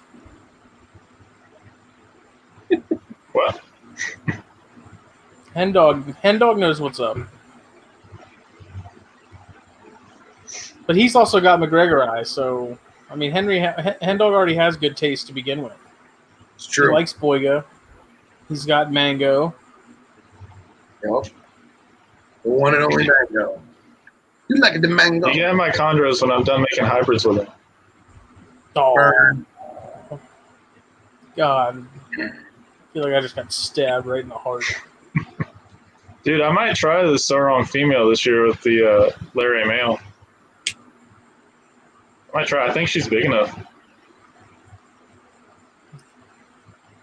Yeah, it's just a matter of the male, I guess, being ready. I I think he's ready. He's put on some size. You know what's going to happen is, in 20 years, Justin's going to get a phone call from Billy. He's going to say, hey, Justin, I'm done making carpondros. You want these things? Probably not. It's part of my retirement plan. I'll try, Andy. Well, actually, I learned something new from Andy the other day. Because I have those two Biak males that are younger. They're like just under 3 years old. And I get plugs from each shed. But Andy said, and this is, I guess, from him being around James Oakdale as much as he is, that you have a better idea that a male is ready when you start seeing plugs shed separately from the shed itself. So, like, you'll walk in and you'll see a random set of plugs just either in the water bowl or on the bottom of the cage. Okay. He said that's a better indicator that a male is kind of ready to go, which I was unaware of. But it makes complete sense. Yeah, oh, for sure it does. Yeah. I don't think I've ever found plugs just chilling there, but I've definitely interrupted boa orgies, like BCI orgies, and like went to like pull a snake out and just had like spunk all over my hand. And like, No. Gross. That's gross. I've definitely done that. That was awful. How do you not notice? What, plugs? Or them having an orgy? You getting that all over your hand. Like, those are big snakes. Well, because that's the thing, is it's like just like a ball of snakes, and I'd be like, oh yeah, I need one of these, and like I would just grab it. They weren't mine. I don't keep BCIs. Like I'd grab the snake and like lift up and be like, why is my hand all? Oh, what the fuck? And I got like 3 dudes looking at me like, That's your story, and you're sticking to it, buddy. right? Whatever you're into, buddy. Gonna be like the horse breeders and have to guide the credentials. The credentials, the schwanz. The credit cards, the machine. Thanks, Dan. The coins in the piggy bank. Dan, you should see the other 2 I don't post. You still have that Kunashir Island? Nah, I stole her. So I know Like you were an talking about idiot. throwing her, but Like a freaking idiot I did that. I'm sure I'll get them again. I want Russian rats really like those. They're gonna be a Daytona, man. I feel it. I can feel it. They're gonna be a Daytona. I mean, Y'all see all the new mutations coming out? No. the Zirkles are working with. They got melanistic ones. They're all black. They got albino ones. And then y'all saw in the chat when I put the striped ones. That's stripe one. Matthew Most. That put was out. those are cool. Question if that's genetic though. Fuck, who cares? We'll find out. It's just cool to have something different pop out, and there'd be a possibility. I just like Russian rats, man. They're cool. Communist rats. From the motherland. They're so chill too. Oh, are they? I don't think I've ever played with like an adult one. Like unless there's food Zirkles do around. produce a lot of ridiculous stuff. Bill is right. Yeah, they do. I've been trying to get radiateds from them for like 4 years. Really? Always tell me they have them, and then when I ask, they're like, "Oh no, we're sold out." Dang it. Oh, Billy. You've got a really bad track record of this happening to you, don't you, Bucky? Yeah. Billy, what's up with the Elafe Carinata front? Are we still pursuing? Have we abandoned it for 2020? I'm picking up a pair in Daytona. And about a week later, I'm getting the locality pair. Oh, yeah, that's right. I forgot you told me about that. Yeah. So I'll get those high yellow ones in Daytona, so you guys will see those. Yeah. And then, Must all over. oh yeah. Love it. And then the Fujian locality ones, I'm getting from the guy getting them from Europe. So But I thought that was cool. they're not stateside yet, though? Not yet. Okay. Yeah, they're coming probably the next couple of weeks. How big are they going to be? How big? Yeah. They'll be a few months. They'll still be babies. Okay, I didn't know if you had allocated space for them yet. Like, are you going to keep them in the tubs like you have behind you, or like you have the cave dwellers in, or are you going to do like the Pattayas type setup? When they're adults? Or right now? I mean, either or. Well, right now they'll go in the quarantine rack downstairs. What a freak. Yeah, right? No, they'll be in big cages. Probably 5 or 6 footers eventually. I didn't know if they preferred the cubby, kind of like the cave dwellers, or if they needed to sprawl out like a creepo. I think with them being so large and stuff, it'd probably be better for them to be in a cage with some decor so they could, move around on things and not get obese. Yeah. But we'll see. I haven't messed with them yet, so we'll see how it goes. Explain your little tag system you have on your rack, too. Because I want to start doing that. Yeah. Yeah, I can do that. The world needs to see that, Billy. And your cart. Show them the cart. We're on the cart right now. I am thinking about getting one of those carts set at my table. No, I have to. I'm going to do it. I'm gonna friggin' do it. I use my container. I use my holding trash can as a table, which is honestly a rule that I break every day. And I need to get a real table, but I don't want to put a table in there. So the Billy cart, that's what we're going to call it. The Billy cart is going to happen. We could have got you one, but you were scared. Say I have those fold-out tables from Walmart. They're like 30. I'm gonna go small enough, 10 long for what I need it for.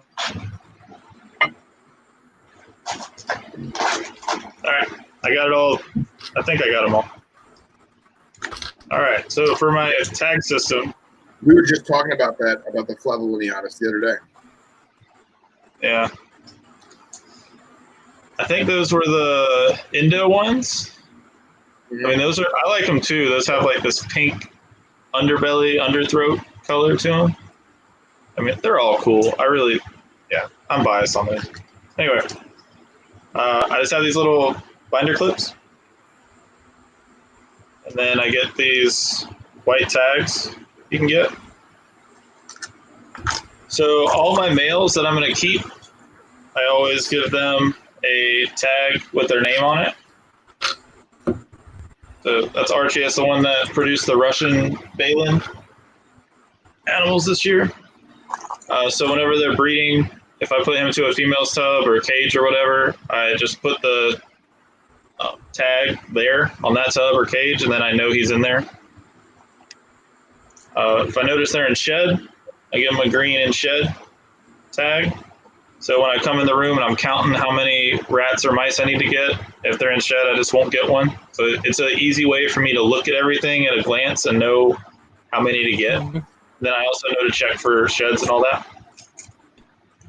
And then once I pair stuff up and I see breeding, I see a lock, I see behavior that I'm happy with, I put a red tag on, just so I know that there's breeding activity going. I need to check to see if there's any locks going. I know to check that tub or cage more, so I know when to write down when I see locks and to keep track of everything. And then once the female goes through her ovulation and pre-lay shed, I'll throw that on there just so I kind of remind myself to check for eggs. And that's my major tag system I've come up with so far. It's awesome. It's brilliant. It works for the setup I have. I mean, I know it's kind of more involved than it should be for the size collection I have. It's kind of something that a big breeder with thousands of animals would probably do. But I just like at a glance being able to tell what's going on. Well, we lost Justin. He'll be back. He'll be back. Yeah, and you know what? I think like there's a lot of people that have a very similar system, whether it be with individual cards or QR codes. Like I really want to do the QR code thing, like P and Cody have, but I'm not that technological guy. I can't get into it, man. I forget to do it. And like with the Fuscus baby, I'm keeping a card, so shed, poo, eating, what it was, date, all that. I'm doing that, but that's honestly the only animal I'm doing that with right now. I need to start getting into a better routine with that shit. Yeah, when I had less snakes, I was really good about keeping records and all that. I actually have templates of Uwabami feeding cards, and I'd keep track. Well, they'd be full sheets of paper. So I had a whole binder that I would keep. Oh, hang on a second.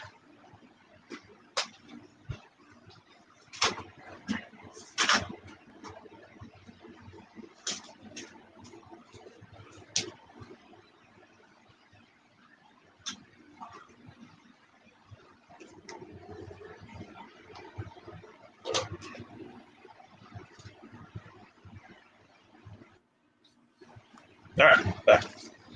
So I'd actually keep one of these on every snake I had.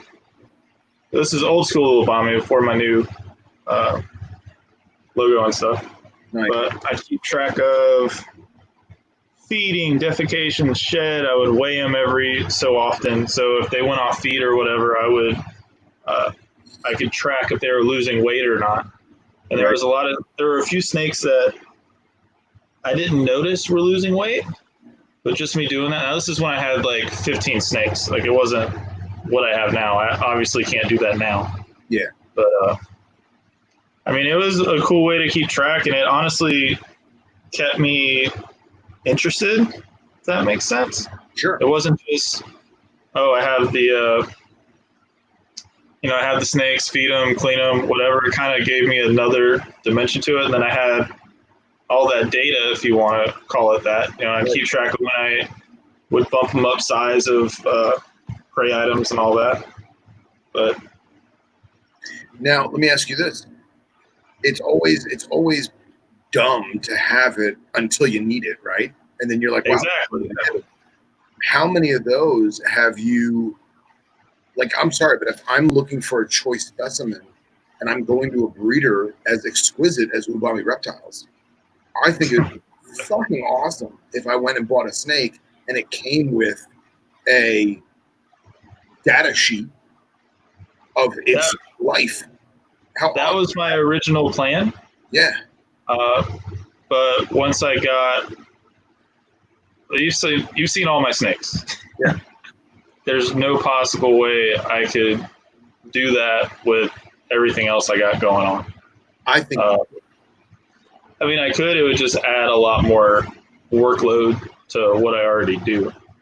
I personally love the idea of that, to where, let's say you bought this snake, you bought this snake from me, and I just put this here, and then what's been going on. Like, you can look. This was in 2013. Wow. Was when I was doing this one. This was my first radiated rat that I got, and There it he is. just gets to a point where it was just too much extra on top. I got 150 snakes now. I can't have a sheet and a sheet protector and write down everything and weigh them all the time. I just can't do that. So on that thought, Andy just chimed in. I'm going to read what he put. Andy says he uses Repscan for some animals, which is a QR code based app. He also he says like a mini calendar that he can make on Excel and spread and adhere to the glass.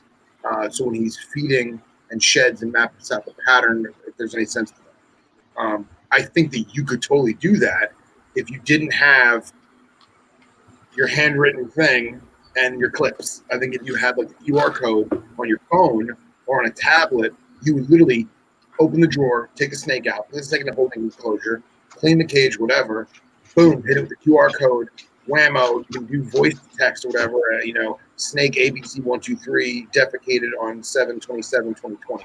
Save. I think that would be doable. But at this point, if you have your system which works like $1 million, fuck it, right? Yeah, it is for me. It's just not feasible now. Work. Yeah. I love the idea. I've tried to come up with it. I've tried to restart it multiple times. Yeah. As I've gotten more snakes, and obviously it hasn't worked out. I got you. Which is fine, but I mean, not to sound. Hopefully this doesn't come off like I have ego or anything, but I've been doing it long enough to where I can kind of pick up on subtle differences now. So if a snake starts losing weight, or I'm like, oh, he didn't feed this time. Next time I go to feed, okay, he didn't take this time again. I started looking, okay, something's going on. I don't need the sheet to tell me that. Yeah. I'm in here enough to where I'm pretty in tune with most of what's going on. Mm-hmm. Which is awesome, because you have so many people. Like, all right, we have our collections, right? We have our animals, and we notice if something's a little obscure. We notice if it's lost weight. We notice if its tail has gotten thin, or ribs are showing, or whatever. Eyes sunken in, whatever. But you think about other stuff that we don't realize because we're not looking for it. And like, I don't know, somebody told me something like, your dog got really fat. It's like, really? He did? And it's because I see him every day and I don't think about it as him getting fat, and now he's on a strict feeding regimen and he's on weight control food, and I notice that he's now lost the weight. So like, I think about stuff like that, but with the animals, I feel like I'm way more tuned in, dialed in, whatever, if that makes sense. Yeah, no, I completely agree. I feel the same way. Because all it takes for me is to look at an animal for a couple seconds, and if something jumps out at me, now if there's something internal or whatever, like, nobody can see that, but like, I'll cue in on, I've caught RIs in the past, because I've noticed sometimes carpets will do this thing where they it looks like they vibrate when they're breathing. It's before mucus is coming, before they're blowing bubbles, any of that stuff. They're just kind of vibrating. And that kind of tells me to, hey, let me take them out, look at, check them out, all that. Then I'll start hearing, wheezing after messing with them a little bit. Yeah. Just little things like that. The longer you do it, and the more you pay attention, just because you've been doing it a while doesn't mean that you are automatically going to get that ability to be as in tune. It's going to take time, but you also have to take the time to learn, those cues that you look for. Yeah. I'm noticing I have that one gecko that had the PB disorder with the swollen eye. Huh? And the eye finally popped. And the eye didn't pop, excuse me. The the lens cap that was retaining the fluid finally popped. And the eye is deformed, but not necessarily in a horrible way. It's obviously not normal. The eye is still larger. And I know it's going to take a couple shed cycles for it to get back to normal, but like the pupil is perfect. The veins and capillaries within the eye are perfect. But the animal lost a shitload of weight. And it lost weight after the eye popped. And I'm wondering, well, why? It's got to feel relieved. You know what I mean? It's got to feel good. Was it open? The eye? What do you mean? Like when it popped, did the eye itself open to the environment? Does that make sense? Yeah. There was the new lens underneath. It's still all right. So imagine this, because it's obviously a gecko, and you can't compare it to a snake. But in this particular realm, Carphodactylidae have eye caps, right? So imagine, you know what it looks like when a snake has a stuck eye lens, right? Yeah. Trees falling over again. You know what it looks like when a snake has a stuck eye cap, and you get tweezers or whatever, your fingernail, and you pluck that eye cap off. Imagine you looking at the gecko. One eye looks normal. The other eye, you can see the lens, and then there's like a 2 millimeter gap with another lens, and that's what it looks like. And I kind of want to like hold her and like peel, but I'm afraid that if I do that, I'm going to mess things up. So I'm going to wait for her to shed again and see. But my whole thing was, she was so fat and healthy with the fucked up eye that had to have been painful. And now that the pain is gone, the relief is gone, now she's stressing and losing weight? I don't understand it. So yeah, it's weird, man. I've been feeding the crap out of her, and she's putting weight back on, but I mean, dude, she's like 8 or 9 grams. So like normal 8 or 9 grams. It's like, dude, how? Yeah. When she loses weight, it shows, Yeah. It's like 100-pound chick, where you can see her ribs and her hip bones, and all of a sudden she puts on 30 pounds, you're going to notice it. And then she loses 30 pounds again, you're going to notice it. Yeah. How we doing, Justin? What's up, Justin? Entry link sucks. What?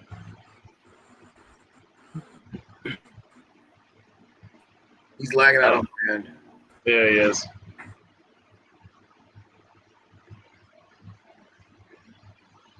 So, Rob sent me pictures of the rhinos I'm getting from him. Nice. Dude, they're like, he sells them as yearlings.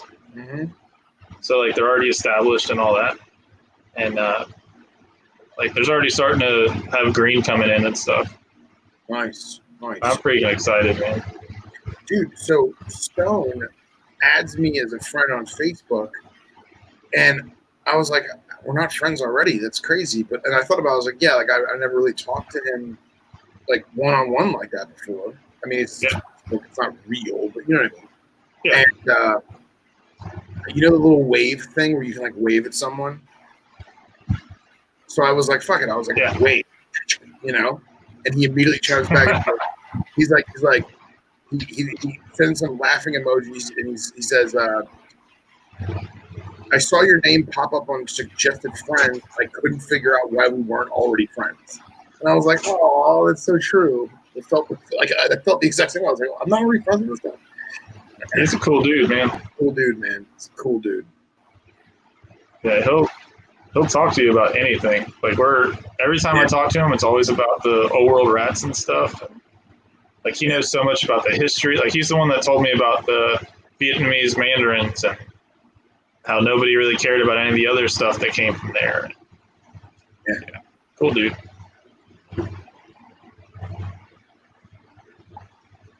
Yeah, man. Dude, mandarins have always been a thing that really, really intrigued me. But I know in my heart I wouldn't be committed enough to the species to make it work. So mandarins are the reason I got into old world rats, because I saw one in person in Daytona, and I was like, holy crap, that's the prettiest snake I've ever seen. And it just I never kept them. Surprising. You think I would have got one right away. But Right. that kind of got my interest peaked, and then that was like the gateway to finding out about Good night, other Dan. animals. Later, Dan. You all What are right? you doing, buddy? My internet keeps going in and out. I don't know what the deal is. Well, you're crystal clear right now. This is probably the best you've been all night right now. Yeah, just keep it right there. Oh, Don't touch me. Yeah, man, dude. But mandarins for me are also in the same category as fees vipers. I love fees vipers, and they're so freaking cool. they are cool. They're so cool, man. And my friend Zach, who taught me venomous back in the day, he got one for free from a friend. He's like, dude, I can't get this thing to eat. I can't get. He's like, dude, they're alpine, like legit alpine. Like, drop your temps, lots of foliage, drop feed mice. Like, just do it. And he did. And like, he kept it at 72 degrees Fahrenheit was the hot spot. And he just had a ton of fake Exoterra jungle vines and shit in there. And he literally was a frozen thawed hopper, like the very front of the cage, and then you'd sit back and you'd watch this little blue face come out and just take it and just pull it back to the trees. I'm like, I always wanted that, but they're not around, you know? Yeah, that's kind of why I shy away from the colder temperature stuff. Yeah. I mean, besides the Chinese beauties and the king rats, obviously. But Yeah, but I yeah, don't consider them really that montane. I wouldn't say montane, but definitely to breed cooler than what I give in my room. Yeah. I'll figure it out eventually. Once I do, who freaking knows what I'll do? It'll be game on, and I'll start getting all this other stuff. Y'all know how I am. Oh, Pimping ain't easy. It's not. It's very expensive. so I know it's stupid.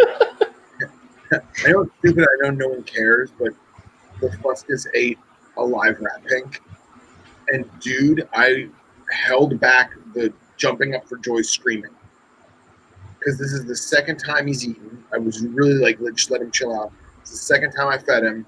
I fed him. Obviously, he's eaten before I got him. But when I first fed him the fuzzy, because I could see how big a fuzzy was, and, you know, he was terrified. He was terrified of it. He's like, "What the fuck is this thing?" You know, fucking ISIS.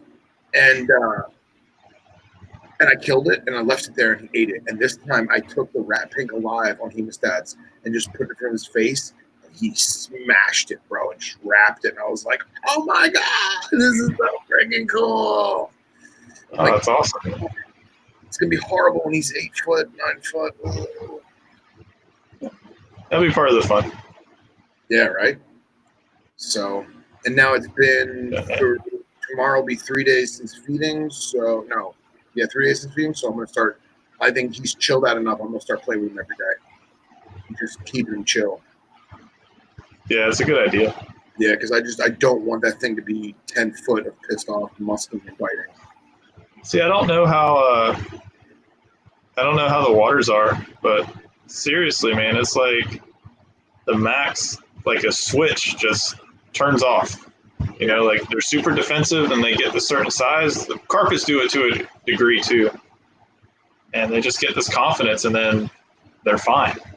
But see, like, here's the thing, dude. I play with a lot of Max, man, and if I didn't trust you the way that I trust you, I wouldn't have just taken the Mac out of your hand.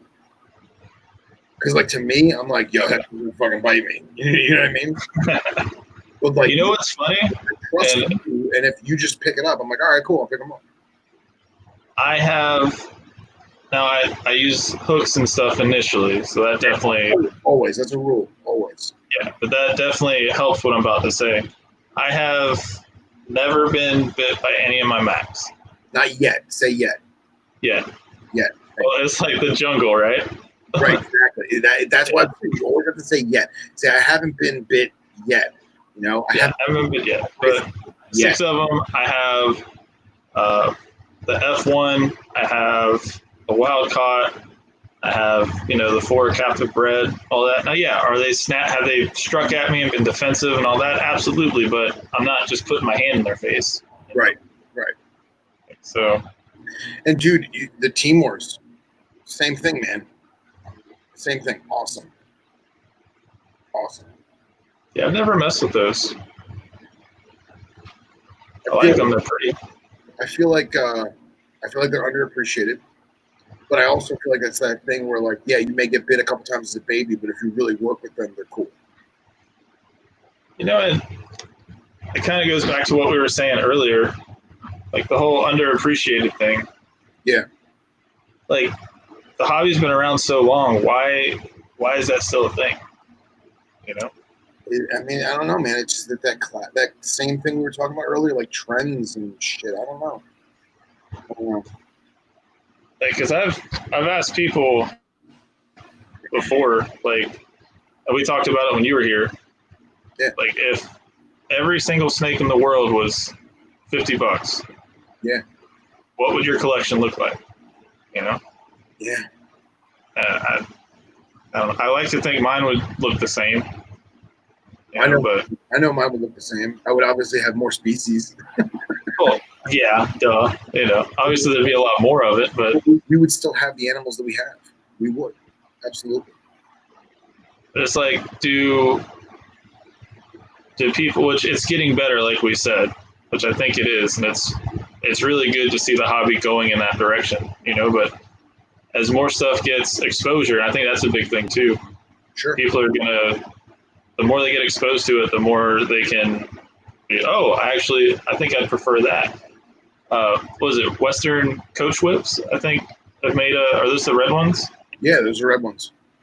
Yeah, they. I've noticed they had a big spike in popularity there for a little bit. Now I think everybody that got them are raising them up right now. Mm-hmm. You know, and then the cycle will come through when they start breeding and everything. Like, you think about the hobby and what's usually popular and stuff.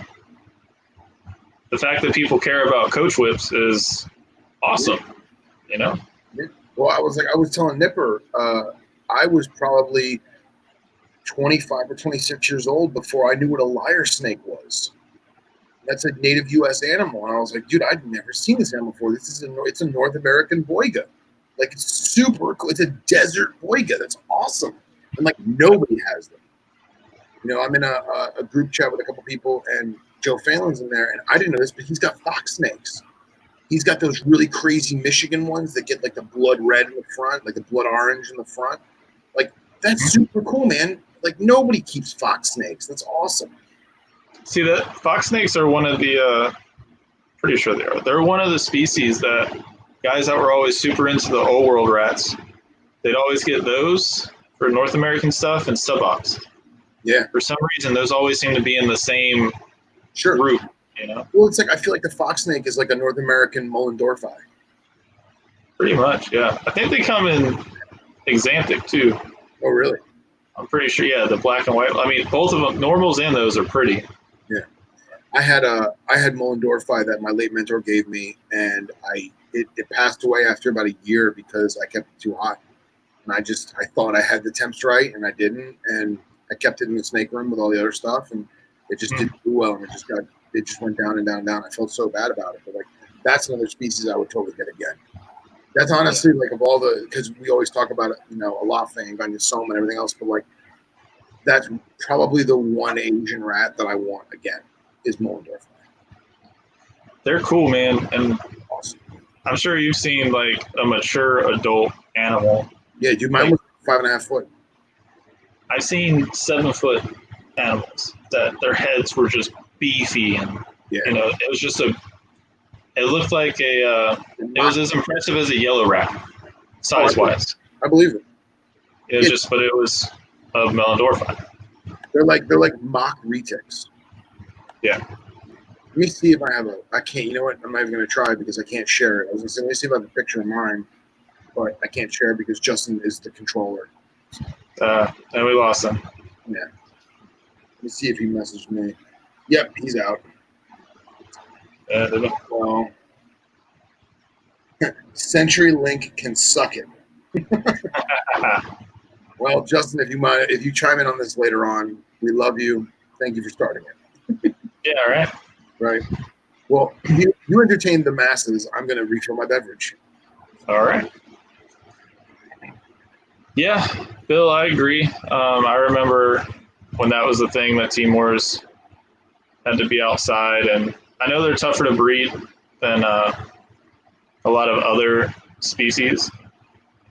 I think, like you're saying too, with everyone kind of being more in tune with certain things in the hobby, like look at scrubs now. Scrubs they're being produced way more than they were 5 years ago. So it's probably just going to take a little more time with the Timors to get to the point where we figure it out what the triggers are.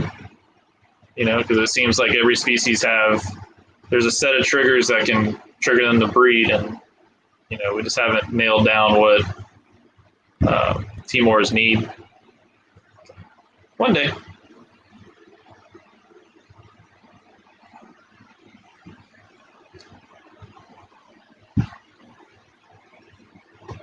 That it was, Mike.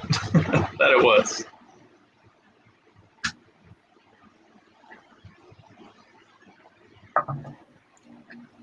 I just walked by my baby rack, and both Darwins went bump at the same time. Sounds about right. Right? Freaking Darwins. Freaking Darwins.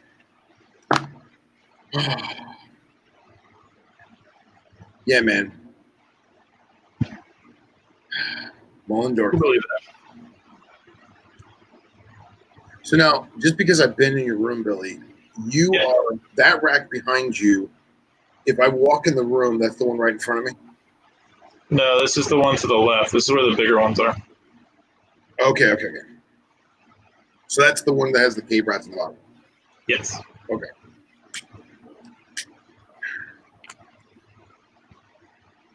Yeah, so directly in front of me are my 4-foot cages.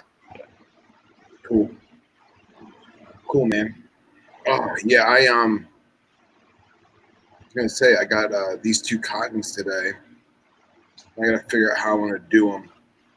It looks like it might actually be a pair, too, which is cool because I think I'm male heavy just by look. I haven't probed any of them just because all of my cottons except for one are wild caught. The one that's not is a long-term wild caught. Probably been in captivity maybe 6 years. It's not the biggest animal, and I think that's because I haven't really been, feeding it obesely. What's up, Dom? Welcome back. What's up, Dom? But I need to vary the diet. Like we were talking the other day about the frog legs and chicken necks and tilapia, and I'm like, dude, I've been feeding these cottons straight rats, and I need to stop. I just need to stop because I'm starting to notice fur in the feces, and to me, that's an indication that they're not processing. It's too much. See, I'm like, obviously in an ideal situation and stuff like that, this would work out. But like, I would almost want to find a lake or something and just cast net some sunfish or bluegill or something. Well, all right. So when I used to work down at the research facility with Marcus, they had every native venomous on display except for coral because it's coral. Let's be real. Yeah. And they had a Western cotton, and dude, the size difference between a Western and East Coast stuff, like this one was West Mississippi, dude, like Texas border, dude. I'm sorry, West Louisiana, excuse me, Texas border. Dude, the girth on that animal was just impressive, and it was so much lighter in color, and it was so defensive. And like we always say, oh, that snake's mean, or oh, that snake's pissed off, but no, it's always defense. There's no such thing as an aggressive snake. It's all defense. But dude, I would always have to wear long pants because when we took that animal out, it would strike so hard it would spit venom on my pant legs. And like I would just have droplets of venom all over my shins, And Sure. But we gave it this big giant basin of water, and love Billy and Phil, but don't think they're going to help me much on my app development final. That was directed at Andy. we get this big water basin, right? And we would get big shiners from the bait store. Yeah. And you would sit there and you'd watch this come out. We would like hide behind the corner so it didn't see us. And you'd watch the snake, and it would selectively choose which fish it was going to get first. And it would sit there, and it would like do this, and it would like follow the fish around the thing, and then the tail would go like, pop, pop, pop, pop, pop, pop. You know, like that long delayed flop, and then flap. It'd grab one, it'd sit there, and the fish would be flipping and flopping in his mouth, and then it would just, in one single gulp, just swallow the fish whole alive. That's awesome. And I'm like, I need to do that at home, man. I need to do that at home. Yeah, that's what I would do. Just to, like, especially if I had something like that, or like if I had water snakes or something. Yeah. And Thomas, Thomas, if you're really thinking about getting a cottons, man, do it, because they're a very, very rewarding animal, but at the same time, they're a very rewarding animal, but they also don't need a lot of work. They're really, really easy to keep. You just got to remember that just don't let your guard down, because as chill as they become in captivity, because like once you take them out of the wild, what's up, man? Once you take them out of the wild, that whole mouth popping and flashing the white and all that disappears. They barely rattle their tail. They barely open their mouth. They'll never gape ever again in captivity. At least none of the ones I've ever kept out of the wild have ever gaped in captivity. Not to say that they won't, but mine haven't. But they get so chill that you're like, oh yeah, I'll tail them, and then it lashes out and you're fucked. You're okay until you're not, right? Mm-hmm. Yeah. Yeah, and they're such a stout-bodied animal. They're such a robust-bodied animal that it looks good enough to tail, and then you realize that no, it's still way too short. It's too short, and yeah. They're definitely a single or a double hooker for the most part. And Thomas, you're in North Carolina or Tennessee? I don't remember.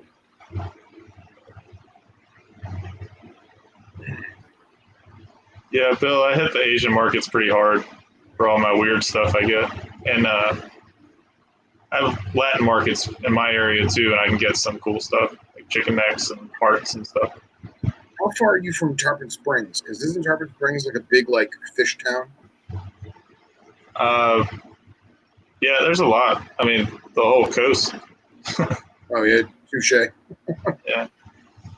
But like, I'm thinking especially for the cottons, you could do just lakes and just get, little bluegill and stuff. We used to do that in high school to catch bass and stuff. We'd cast net some of the smaller bluegill and throw them out and see what happens.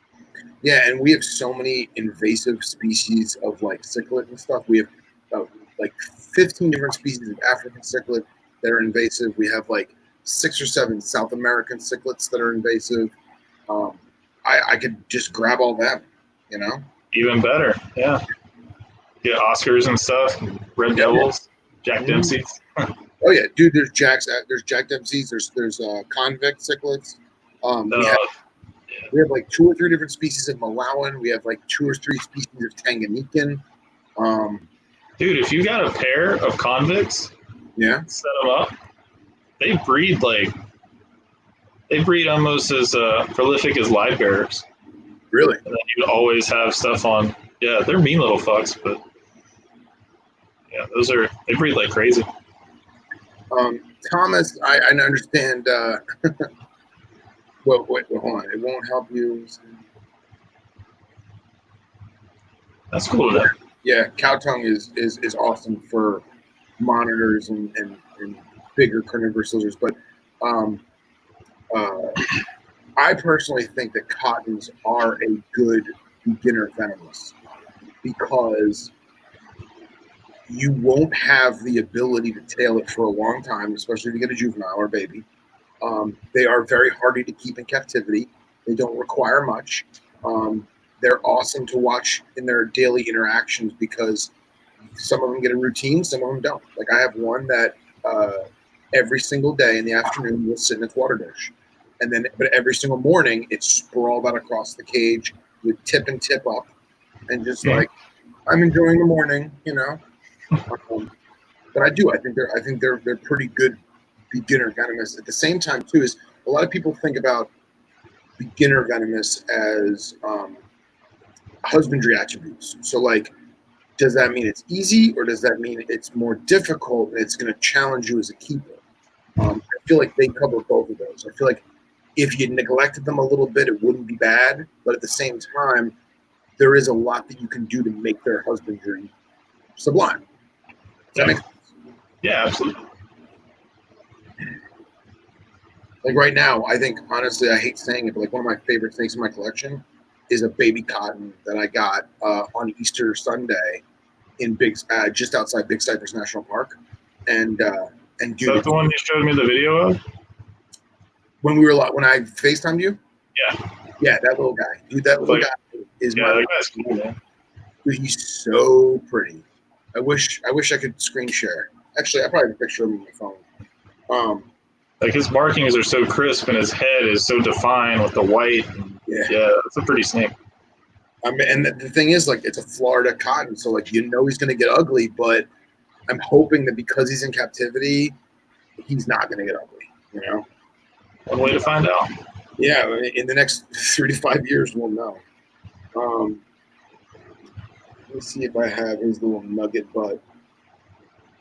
I actually have pictures of him in the wild. When we found him, I swear to God, I thought he was xanthic. And I was like, oh my God, or anery, excuse me. I was like, oh my God, I found an anery cotton. Like, I'm rich. I'm not even that. Like, this is. I know. And when we got up close to him, he wasn't obviously, but in the natural sunlight, maybe he just shed, maybe he just came out of the water. But like they don't have the iridescence like pythons and boas and stuff, but just the sheen from the light, the natural UV, it just looked so incredible. My friend Chris was with me, and he's a professional photographer, and he wasn't really prepared to do an animal that small, because I mean the thing's only like maybe that big. Yeah. But he got as close as he could with the lens that he had, and these are his photos that he took. If I can find it. We named him JC for Jesus Christ Superstar because it was on Easter. Nice. Yeah.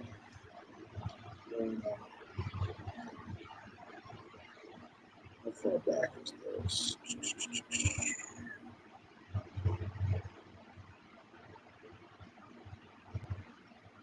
Damn. I didn't realize I had that guy this long. I'm going back through all these old photos from like 6 months ago. Here he is. And Mike, I want to get a peacock bass too. It's on the list.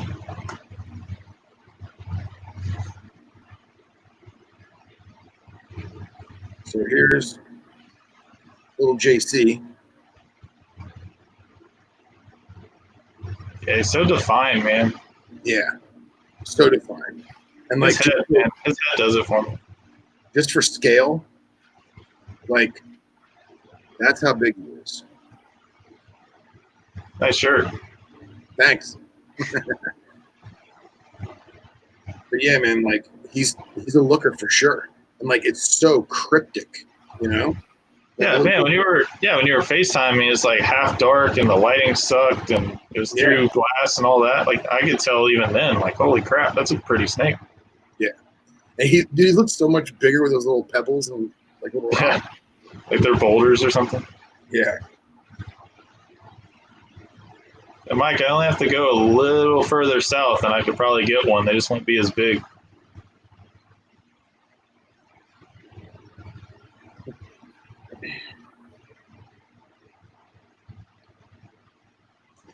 Yeah, Thomas, when you're ready, man. When you're ready, if you're gonna set one up, let me know. I'll tell you how to like get the baby going and do them up because they're easier than people think, and I think they're great, man. I just love those stinky bastards. I really want to breed them. I've never bred them, and I really want to. That's actually what's holding me back from starting the part 2 of the Swamp Lions article is I want to cover like husbandry and feeding, and I want to get more pictures of other people's setups. I kind of get an idea of like what other people do, because I didn't know this. A kid that again used to work at the research facility. His name's Joe. He's obsessed with native Florida stuff. He has almost every single native Florida snake that's like sub-peninsular Florida, and he put me in an Echistrodon group. And I'm like, dude, I didn't realize there's so many people that love copperheads and cottonmouths. It's awesome. Oh yeah, dude, if you're in Daytona, done. Well, there goes your weekend. Right? Like, I remember. Oh, that was me last year. That was all of us last year. I remember 2004. I really feel bad, but I talked to some guy that got the snake that I put in the auction. I talked to him till like 2 a.m. We were talking at each other, but we weren't having a conversation, you know? Like he would talk, I didn't know what he was saying, and I would talk, I'm sure he didn't know what I was saying. Yeah. It's one of those, yeah. Yeah, man. Bill, Jaguar cichlids were always my favorite out of all the ones I kept. I got a pair of them at like an inch long and then just grew them up until I couldn't keep them anymore because I had no idea they'd get so big. But yeah, they're pretty, man. Are jaguars Livingstone eye? Livingstone eye? No, those are South African. Well, no, the jags are the manganeus. They look like largemouth bass, but they're speckled and they have purple on them. And oh wow! They have those big lips and huge predator mouths that open up and stuff. Nice. Yeah, you should check them out if you get bored. They're really cool. And dude, I wonder, is Cox still in here? Because he's setting up a tank, man, and like I'm definitely gonna live vicariously through him. I haven't had fish in 15 years. Yeah, I know he was asking me some questions. Because before the snakes and lizards, I've always had like fish tanks and stuff. But yeah, that was my first job. I was the fish guy at the local pet shop back home. Dude, we were all the fish guy. Yeah, it was funny. I had a girl tell me, she's like, your hands are so soft. I'm like, fish tanks, baby. Yeah, it was fun. I'd get in trouble because I would, after I cleaned everything, I usually had the night shift. Right. So the day person should have done the daily cleaning.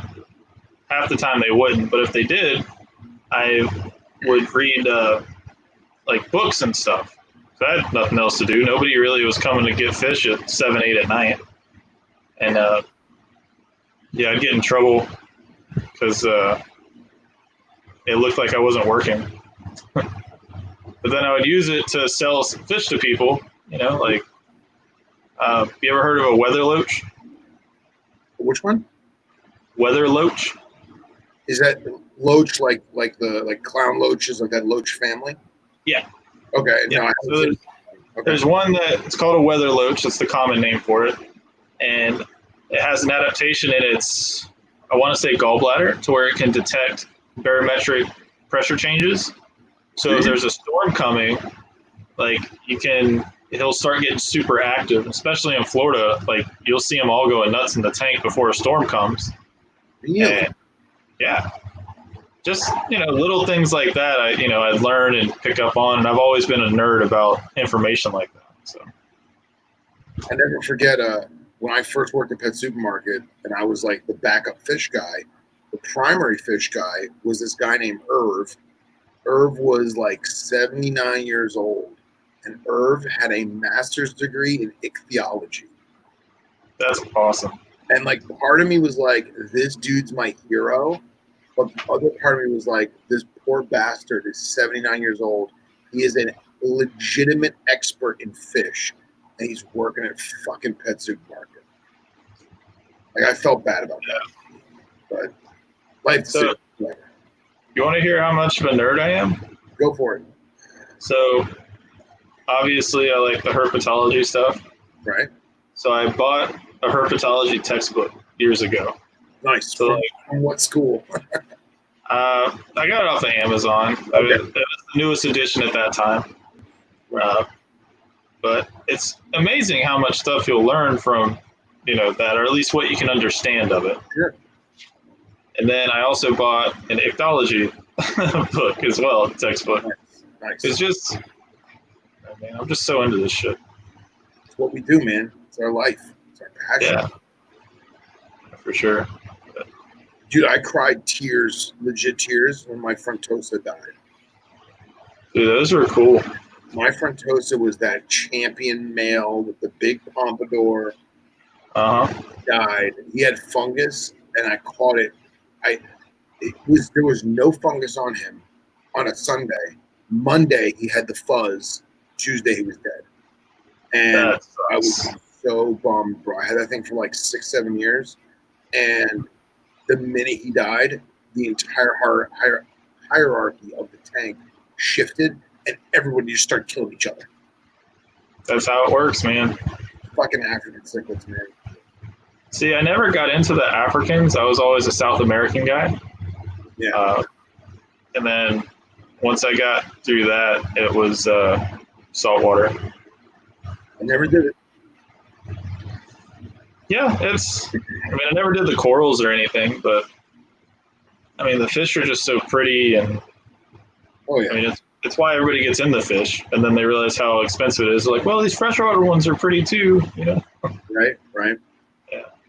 And dude, some of the stuff they're doing now with like all the Tanganyikan cichlids and like all the crazy colors, and then all the fake decor that they do, like some of the Tanganyikan stuff is absolutely gorgeous. It's saltwater quality, so to speak.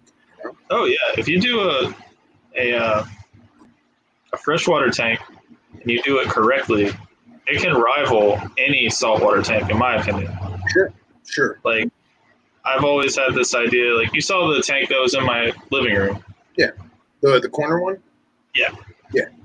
I've gone back and forth about trying to make that some type of biotope, and like trying to source native plants from that area and only do native fish or whatever. Yeah. And if you do that correctly, the water can be crystal clear, and you can have everything. It'd be just as nice. I did. I had what I called an estuary tank with archer fish, and Awesome. I had archer fish, and then I had some kind of like surface dwelling needlefish that were freshwater, brackish water. I had those, and like it was really cool, but just like the whole keeping the salinity at the right level, because like salt water, you have a buffer, right? You could be a little under, you could be a little over, right? But like that fish, it had to be perfect. And like I lost some fish, and it was just too much, man. I just like didn't want to do it. It's part of it. So one of the coolest things as far as keeping fish going, like in high school, my buddies were just as into it as I was. So we'd go fishing and stuff, and we would catch stuff, that we'd find. Like we caught blennies, we'd catch puffer fish that were an inch long, stuff like that. That's cool. Yeah, for sure. So I ended up with a 20-gallon that he talked me into setting up at my house, and if we caught anything, we'd go and put it in there. We'd keep it for a week or whatever, and then next time we went fishing, we'd bring it back, and then if we caught anything else, like we weren't trying to kill anything. We just wanted to observe it and then put it back. Yeah. So we got water from where we were, and we also got sand from where we were.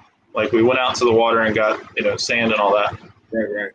We ended up keeping one of the finger mullet that we had for bait. Nice. So I'm like, I didn't think that was gonna be cool. I'm like, oh, it's a mullet, whatever. That's cool. But they're smart.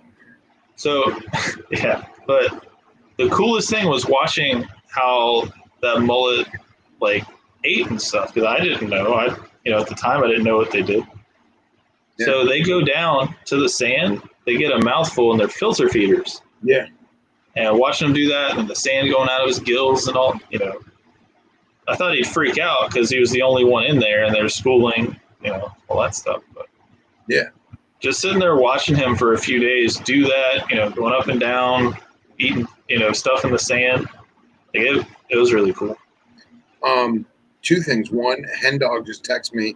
I need to get a weather loach to measure barometric pressure because he does. And secondly, I was going to ask you on your cichlids. Did you ever watch them make nests, or like the males make a false nest or whatever? Oh yeah, for sure. It's so cool, man. It's so cool. Yeah, for sure. Like the convicts. Yeah. I did those a lot. Those are very territorial. Unless you have a really big tank, they're like the tiger barbs of the cichlid world. So they only get 4 or 5 inches. Yeah. And they will hold their own against a fish that's, 3, 4, 5 times their size. Right.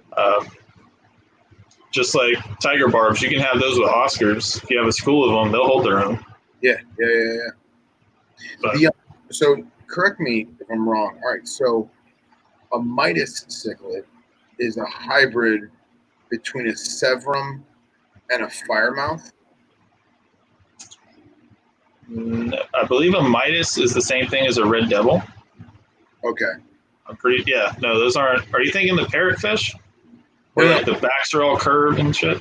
No, it's South American cichlid, and we have them down here invasive, but they were introduced as a hybrid already, and they can continue to breed, and they just make more hybrids, but it's not. I can't remember what it's called. I thought it was some kind of Severum, but it is basically a peacock bass, but yellow colored. Okay. Like it doesn't. Don't quote me. It's been a long time, but yeah, I was always under the impression that the red devil cichlid and the Midas cichlid was the same. Okay. And they're more of a longer bodied fish. Where the Severums they're more compact and they kind of have a more bulbous. Not a curved back, but they're shorter. They're more. Yeah. There's more to them this way than that way. Okay. Nice. And yes, it's always easier to build someone's tank when it's not your money. Yeah. Oh, yeah. Right. For sure. But being the fish guy at the time, I mean, I was getting stuff really cheap and, it was just cool to see all the different stuff come in. Oh, yeah.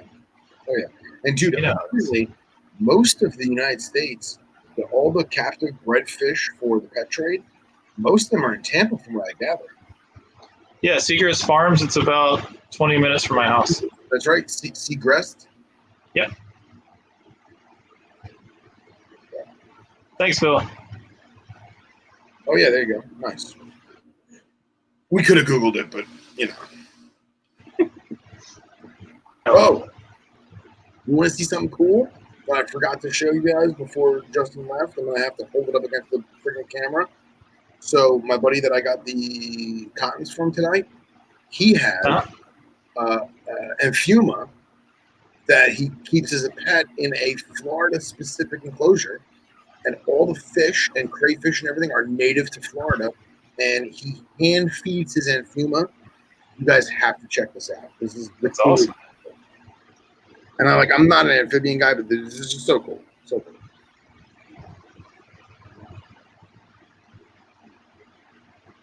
Dude, look at that tank.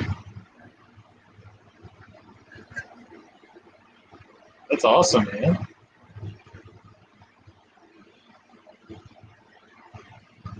That's so awesome. Yeah, that's cool as shit, dude.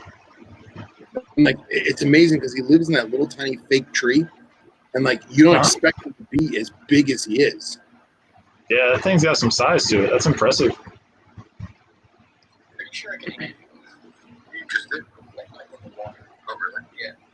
And he splashes his hand on the surface to get his attention.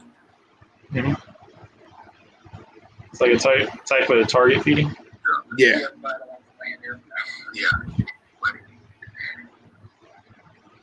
That's so cool.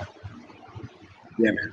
See, and I think people, especially with the freshwater, they kind of look past the whole let me make a native type of tank or let me make a certain whatever. They just want the community type of thing with everything they can put in. Right. The glowfish. Oh, sure. Everything that's injected with chemicals and shit. Let's see. I saw something that it's like a newer one that has that going on. I felt so bad for him. I was like, you guys too? Come on. Yeah, that sucks. But dude, I love watching, like, not to harp on this fucking worm, but like, no, it's awesome. Slow motion. If you watch, he pumps out the worm guts out of his gills, and like the worms, they're just night crawlers from like the dirt cup at Walmart. Yeah, and it's crazy, man, because like obviously there's potting soil stuck to the worm, and when the infuma snaps at it, it vacuums up in almost like a mata. Yeah. And it has all that dirt in its mouth. Well, it's not going to eat the dirt. So you watch him compress his face, and you watch the soil particles come out the gills. That's cool, man. So cool. There's like little beads of black soil like coming out of his gills from him pushing out the actual dirt. That's awesome. It's like it's stuff like that that makes me want to do like Florida, Yeah.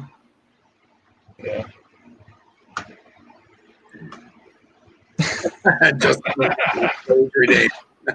Yeah, right. Justin leaves for a half hour. This is what it turns to. Aquatics and alcohol is true. Anymore. Bill, we got our own show now. There we go. Aquatics and alcohol. Oh God, I prefer a pH of 7.2. How hard is your water? Yeah. Right.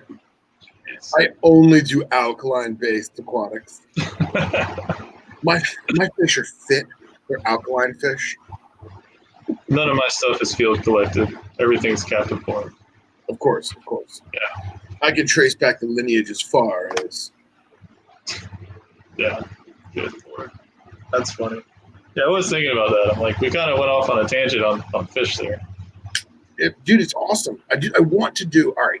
There's 3 like badass enclosures I want to do. I want to do, and like I probably shouldn't say this because people are gonna watch this. They're gonna get the idea. They're gonna steal my idea. I'm very disappointed.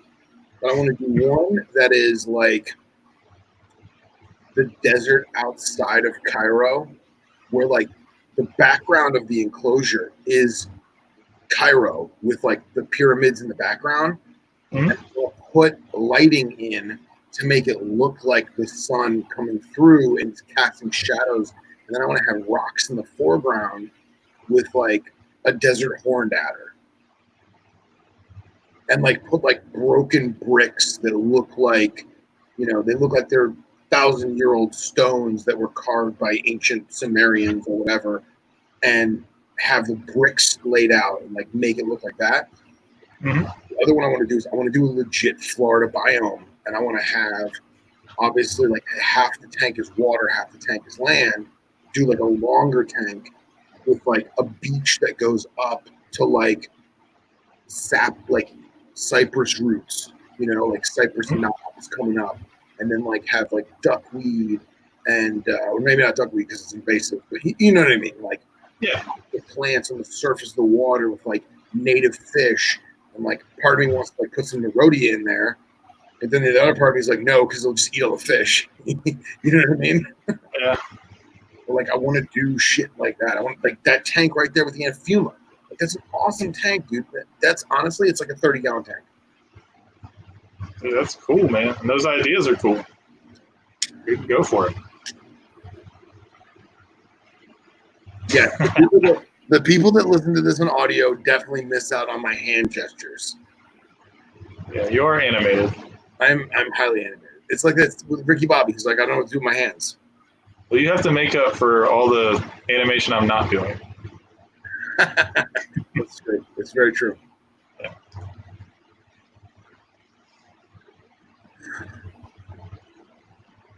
And yeah, there's a company talking about doing like the Egyptian setup. There's a company that does backgrounds that are, I can't remember what it is. It's got a very common name. It's like backgrounds or something. But they do the normal backgrounds that come on the roll, you cut it, you tape it to the back of the tank. But then they also do specifically for vision cages and BOA files. They do a adhesive vinyl that's anti-UV, so the picture won't fade with the UV lights in your enclosure. Okay. It's adhesive on the back of it, and you plaster it almost like wallpaper on the inside of the vision cage, and it's cut to fit each vision cage model or each BOA file cage model, and therefore you can have that tank glass background, but inside of a vision cage. So I thought I would probably have them do the whole Cairo thing, and then the pyramids, and then stack my rocks accordingly. Obviously, do like foam or something, cutting parts or whatever. And then I thought about like hand painting like some hieroglyphics on some of the stones, and like rubbing the paint down with sandpaper to make it look like weathered and sand torn and whatever. Yeah. I want to do that. That'd be cool as shit, man. Yeah. We'll go for it. Yeah, I wanted to do it with Cerastes in my living room. Fish and Wildlife said no. Fish and Wildlife said it cannot be outside of the venomous room. Good old FWC. Good old FWC. I feel like we're giving everybody ideas now. Yeah, exactly. Oh, and I can't remember. Somebody sent me the one-way mirror that we were talking about. Remember? Yeah, I remember that. I never can't remember. I feel horrible because the guy's probably watching and I can't remember.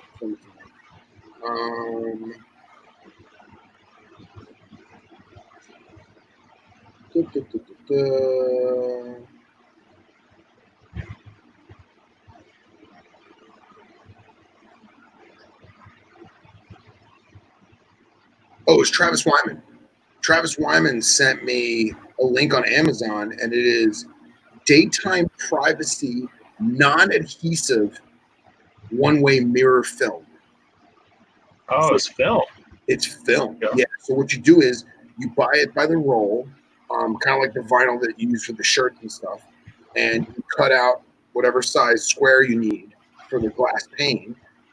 You clean the glass with alcohol, you get all the oils and imperfections, whatever's on there, and then you just spray it with water, just a light mist of water, apply the film, rub out the bubbles, spray with water again on the backside, and then just peel it off, and it's one-way mirror. That's awesome, man. And that's easy. It's not real one-way mirror. Like if you shine like your cell phone flashlight on it, you can see through it. But like to the snake or to the lizard or whatever, they're just going to see the reflection themselves. And I don't even know if it's perfect. Yeah. I don't even know if it's that good of a mirror that they'll see their exact self, but they may see like the silhouette, almost like one of those like cartoon mirrors that makes you look all weird. Yeah. Yeah. So I'm probably going to get a roll and at least try it with something. Yeah, it's definitely worth a shot. See, because if you can get away with doing it that way, that's better than getting the actual, one-way mirror stuff. Yeah, the actual anyway. Glass. Yeah. And I think, it was on Amazon, and it was, I'll tell you exactly how much it was.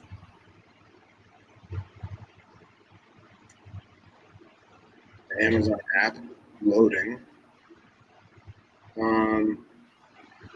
So 17 inches tall by 6 feet long was $10.99.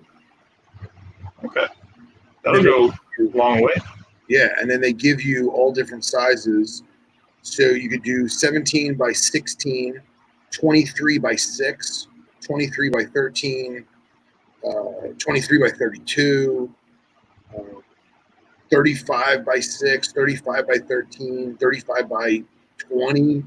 So like you can really, I guess it's meant for like office buildings or whatever. Mm-hmm. Like if you don't want to put blinds in your office building, because that could be expensive on the whole floor, you could buy this shit. And then they do it in different colors too. They do it in like a silver, a brown, a blue, black. So I thought that was awesome.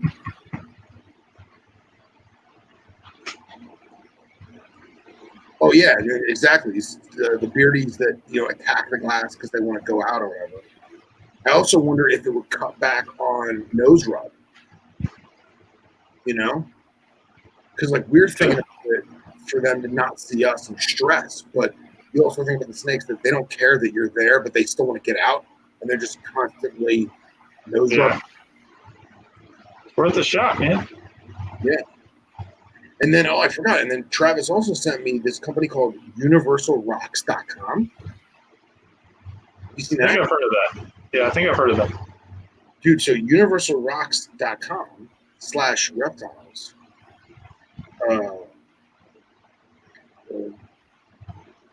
Sorry, I'm just catching up on the live Yeah, chat. no, I'm doing the same thing. Yeah.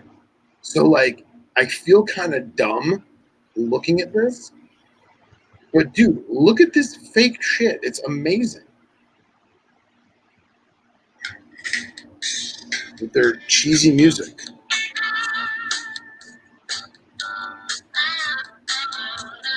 I mean, the music's definitely bringing me in. Yeah. That's pretty awesome, man. Universal Rocks. Behind the glass. Okay. Yeah, they have a ton of cool shit, and they do a ton of big stuff for like zoos and stuff. They have a ton of photos of like all their zoo projects and like everything from rock, escarpments and fake trees and fake tree trunks and all kinds of stuff. Phil, have you ever seen Serpa Design that Bill's talking about on YouTube? Yeah, dude in London, right? I'm not sure. No, he's here. He's just a dude that does terrariums and stuff. But, dude, holy shit. Naturalistic as hell. Yeah, I follow him on Instagram. Yeah. And it's always like the craziest, most awesome, beautiful natural landscape for a bearded dragon. I really like the paludarium he did for his pixie frog. Yeah, that was awesome. Absolutely. I sat there, it was like 20, 25 minutes. I'm sitting there like, holy shit, look at this all come together. This is awesome. Yeah. I'm like, I need to get a pixie frog so I can do it. I'm like, nah. And have it destroy it in the first day. Yeah, right? There's another company. You guys are talking about Blackwater and doing like Blackwater aquariums. There's a company. I'm gonna pull it up right now. Terra something or other. I feel like I know who you're talking about. Maybe it's not Terra. Maybe it's something else. Tilla.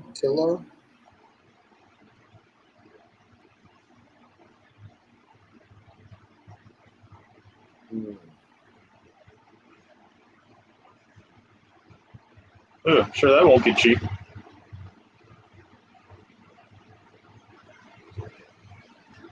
Yeah. Terra Orb?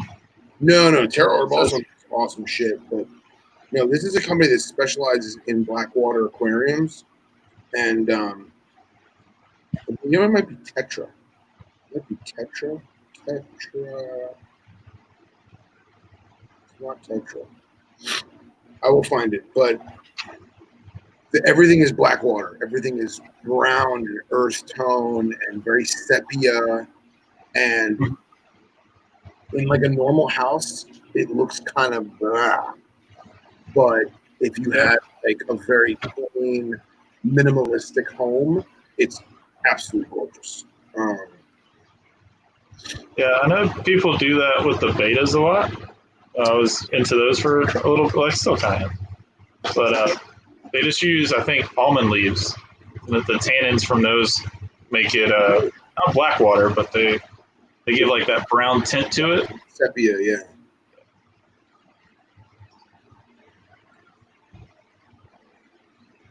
I have so many pictures of geckos saved. It's disgusting. Yeah, that's weird. Who does that? I know, right? You never find the picture you're looking for. Never. And like I personally feel like I do a very good job of building up the anticipation. And then I go to look for the photo and it takes me 4 years to fucking find it. And by then nobody gives a shit. See, I don't build up the anticipation. It gets kind of awkward just them waiting for me. And then I'm like, sorry, we'll just pretend I didn't do that. Yeah, right? Meanwhile, I already passed the photo like 3 times and don't know it. All right. Trying to find How big was it and how many? Dom, how big was it and how many did you have in there?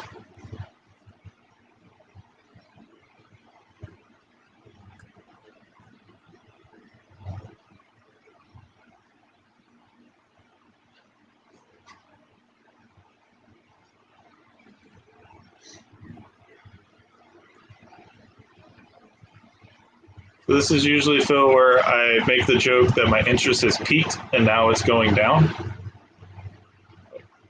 Yeah, what you were saying? Oh man, this is some poop right now. I'm making us all look bad. The people who are listening to this as a podcast are literally slitting their wrists because nothing is being talked about. We stopped talking about reptiles a long time ago. That is true.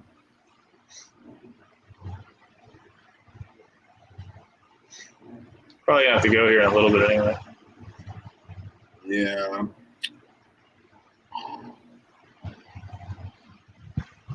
Justin's probably all curled up in the fetal position in his bed right now. He's probably asleep already. Yeah.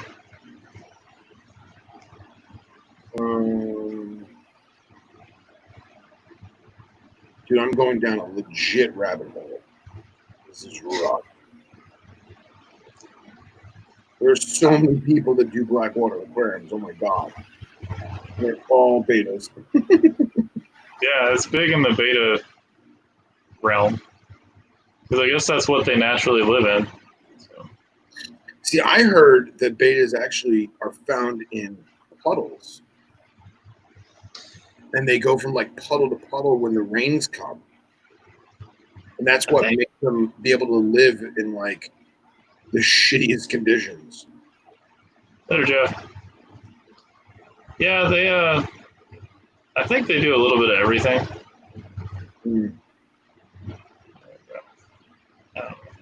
That's another rabbit hole that I've thought about going down and trying to play with genetics and stuff, but I don't know. There you go, rice patties. Thanks, Tom. Yeah. That sucks, Mike. I give up. Now I give up. All that work for nothing. That sucks, Mike. Are you treating them?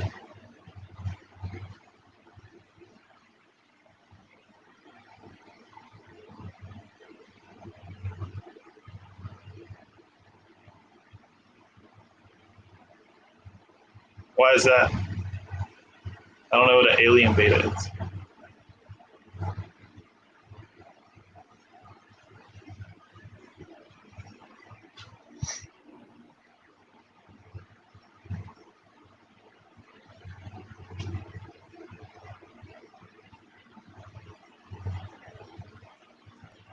So hopefully you caught it early enough to where it that helps it out.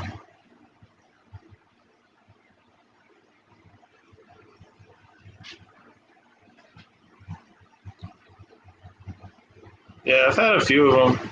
I have a 5-gallon Fluval Spec 5 that I have planted and driftwood and everything that I just keep them with.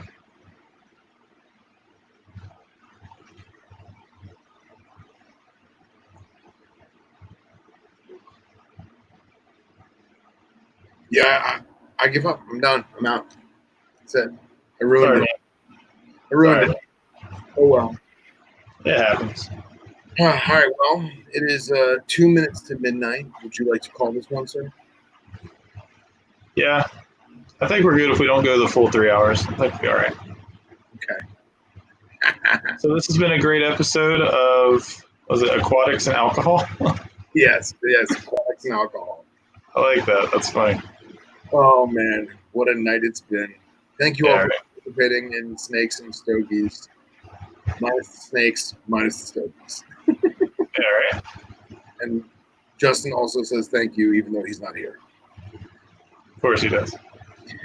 Good night, everybody. There you go.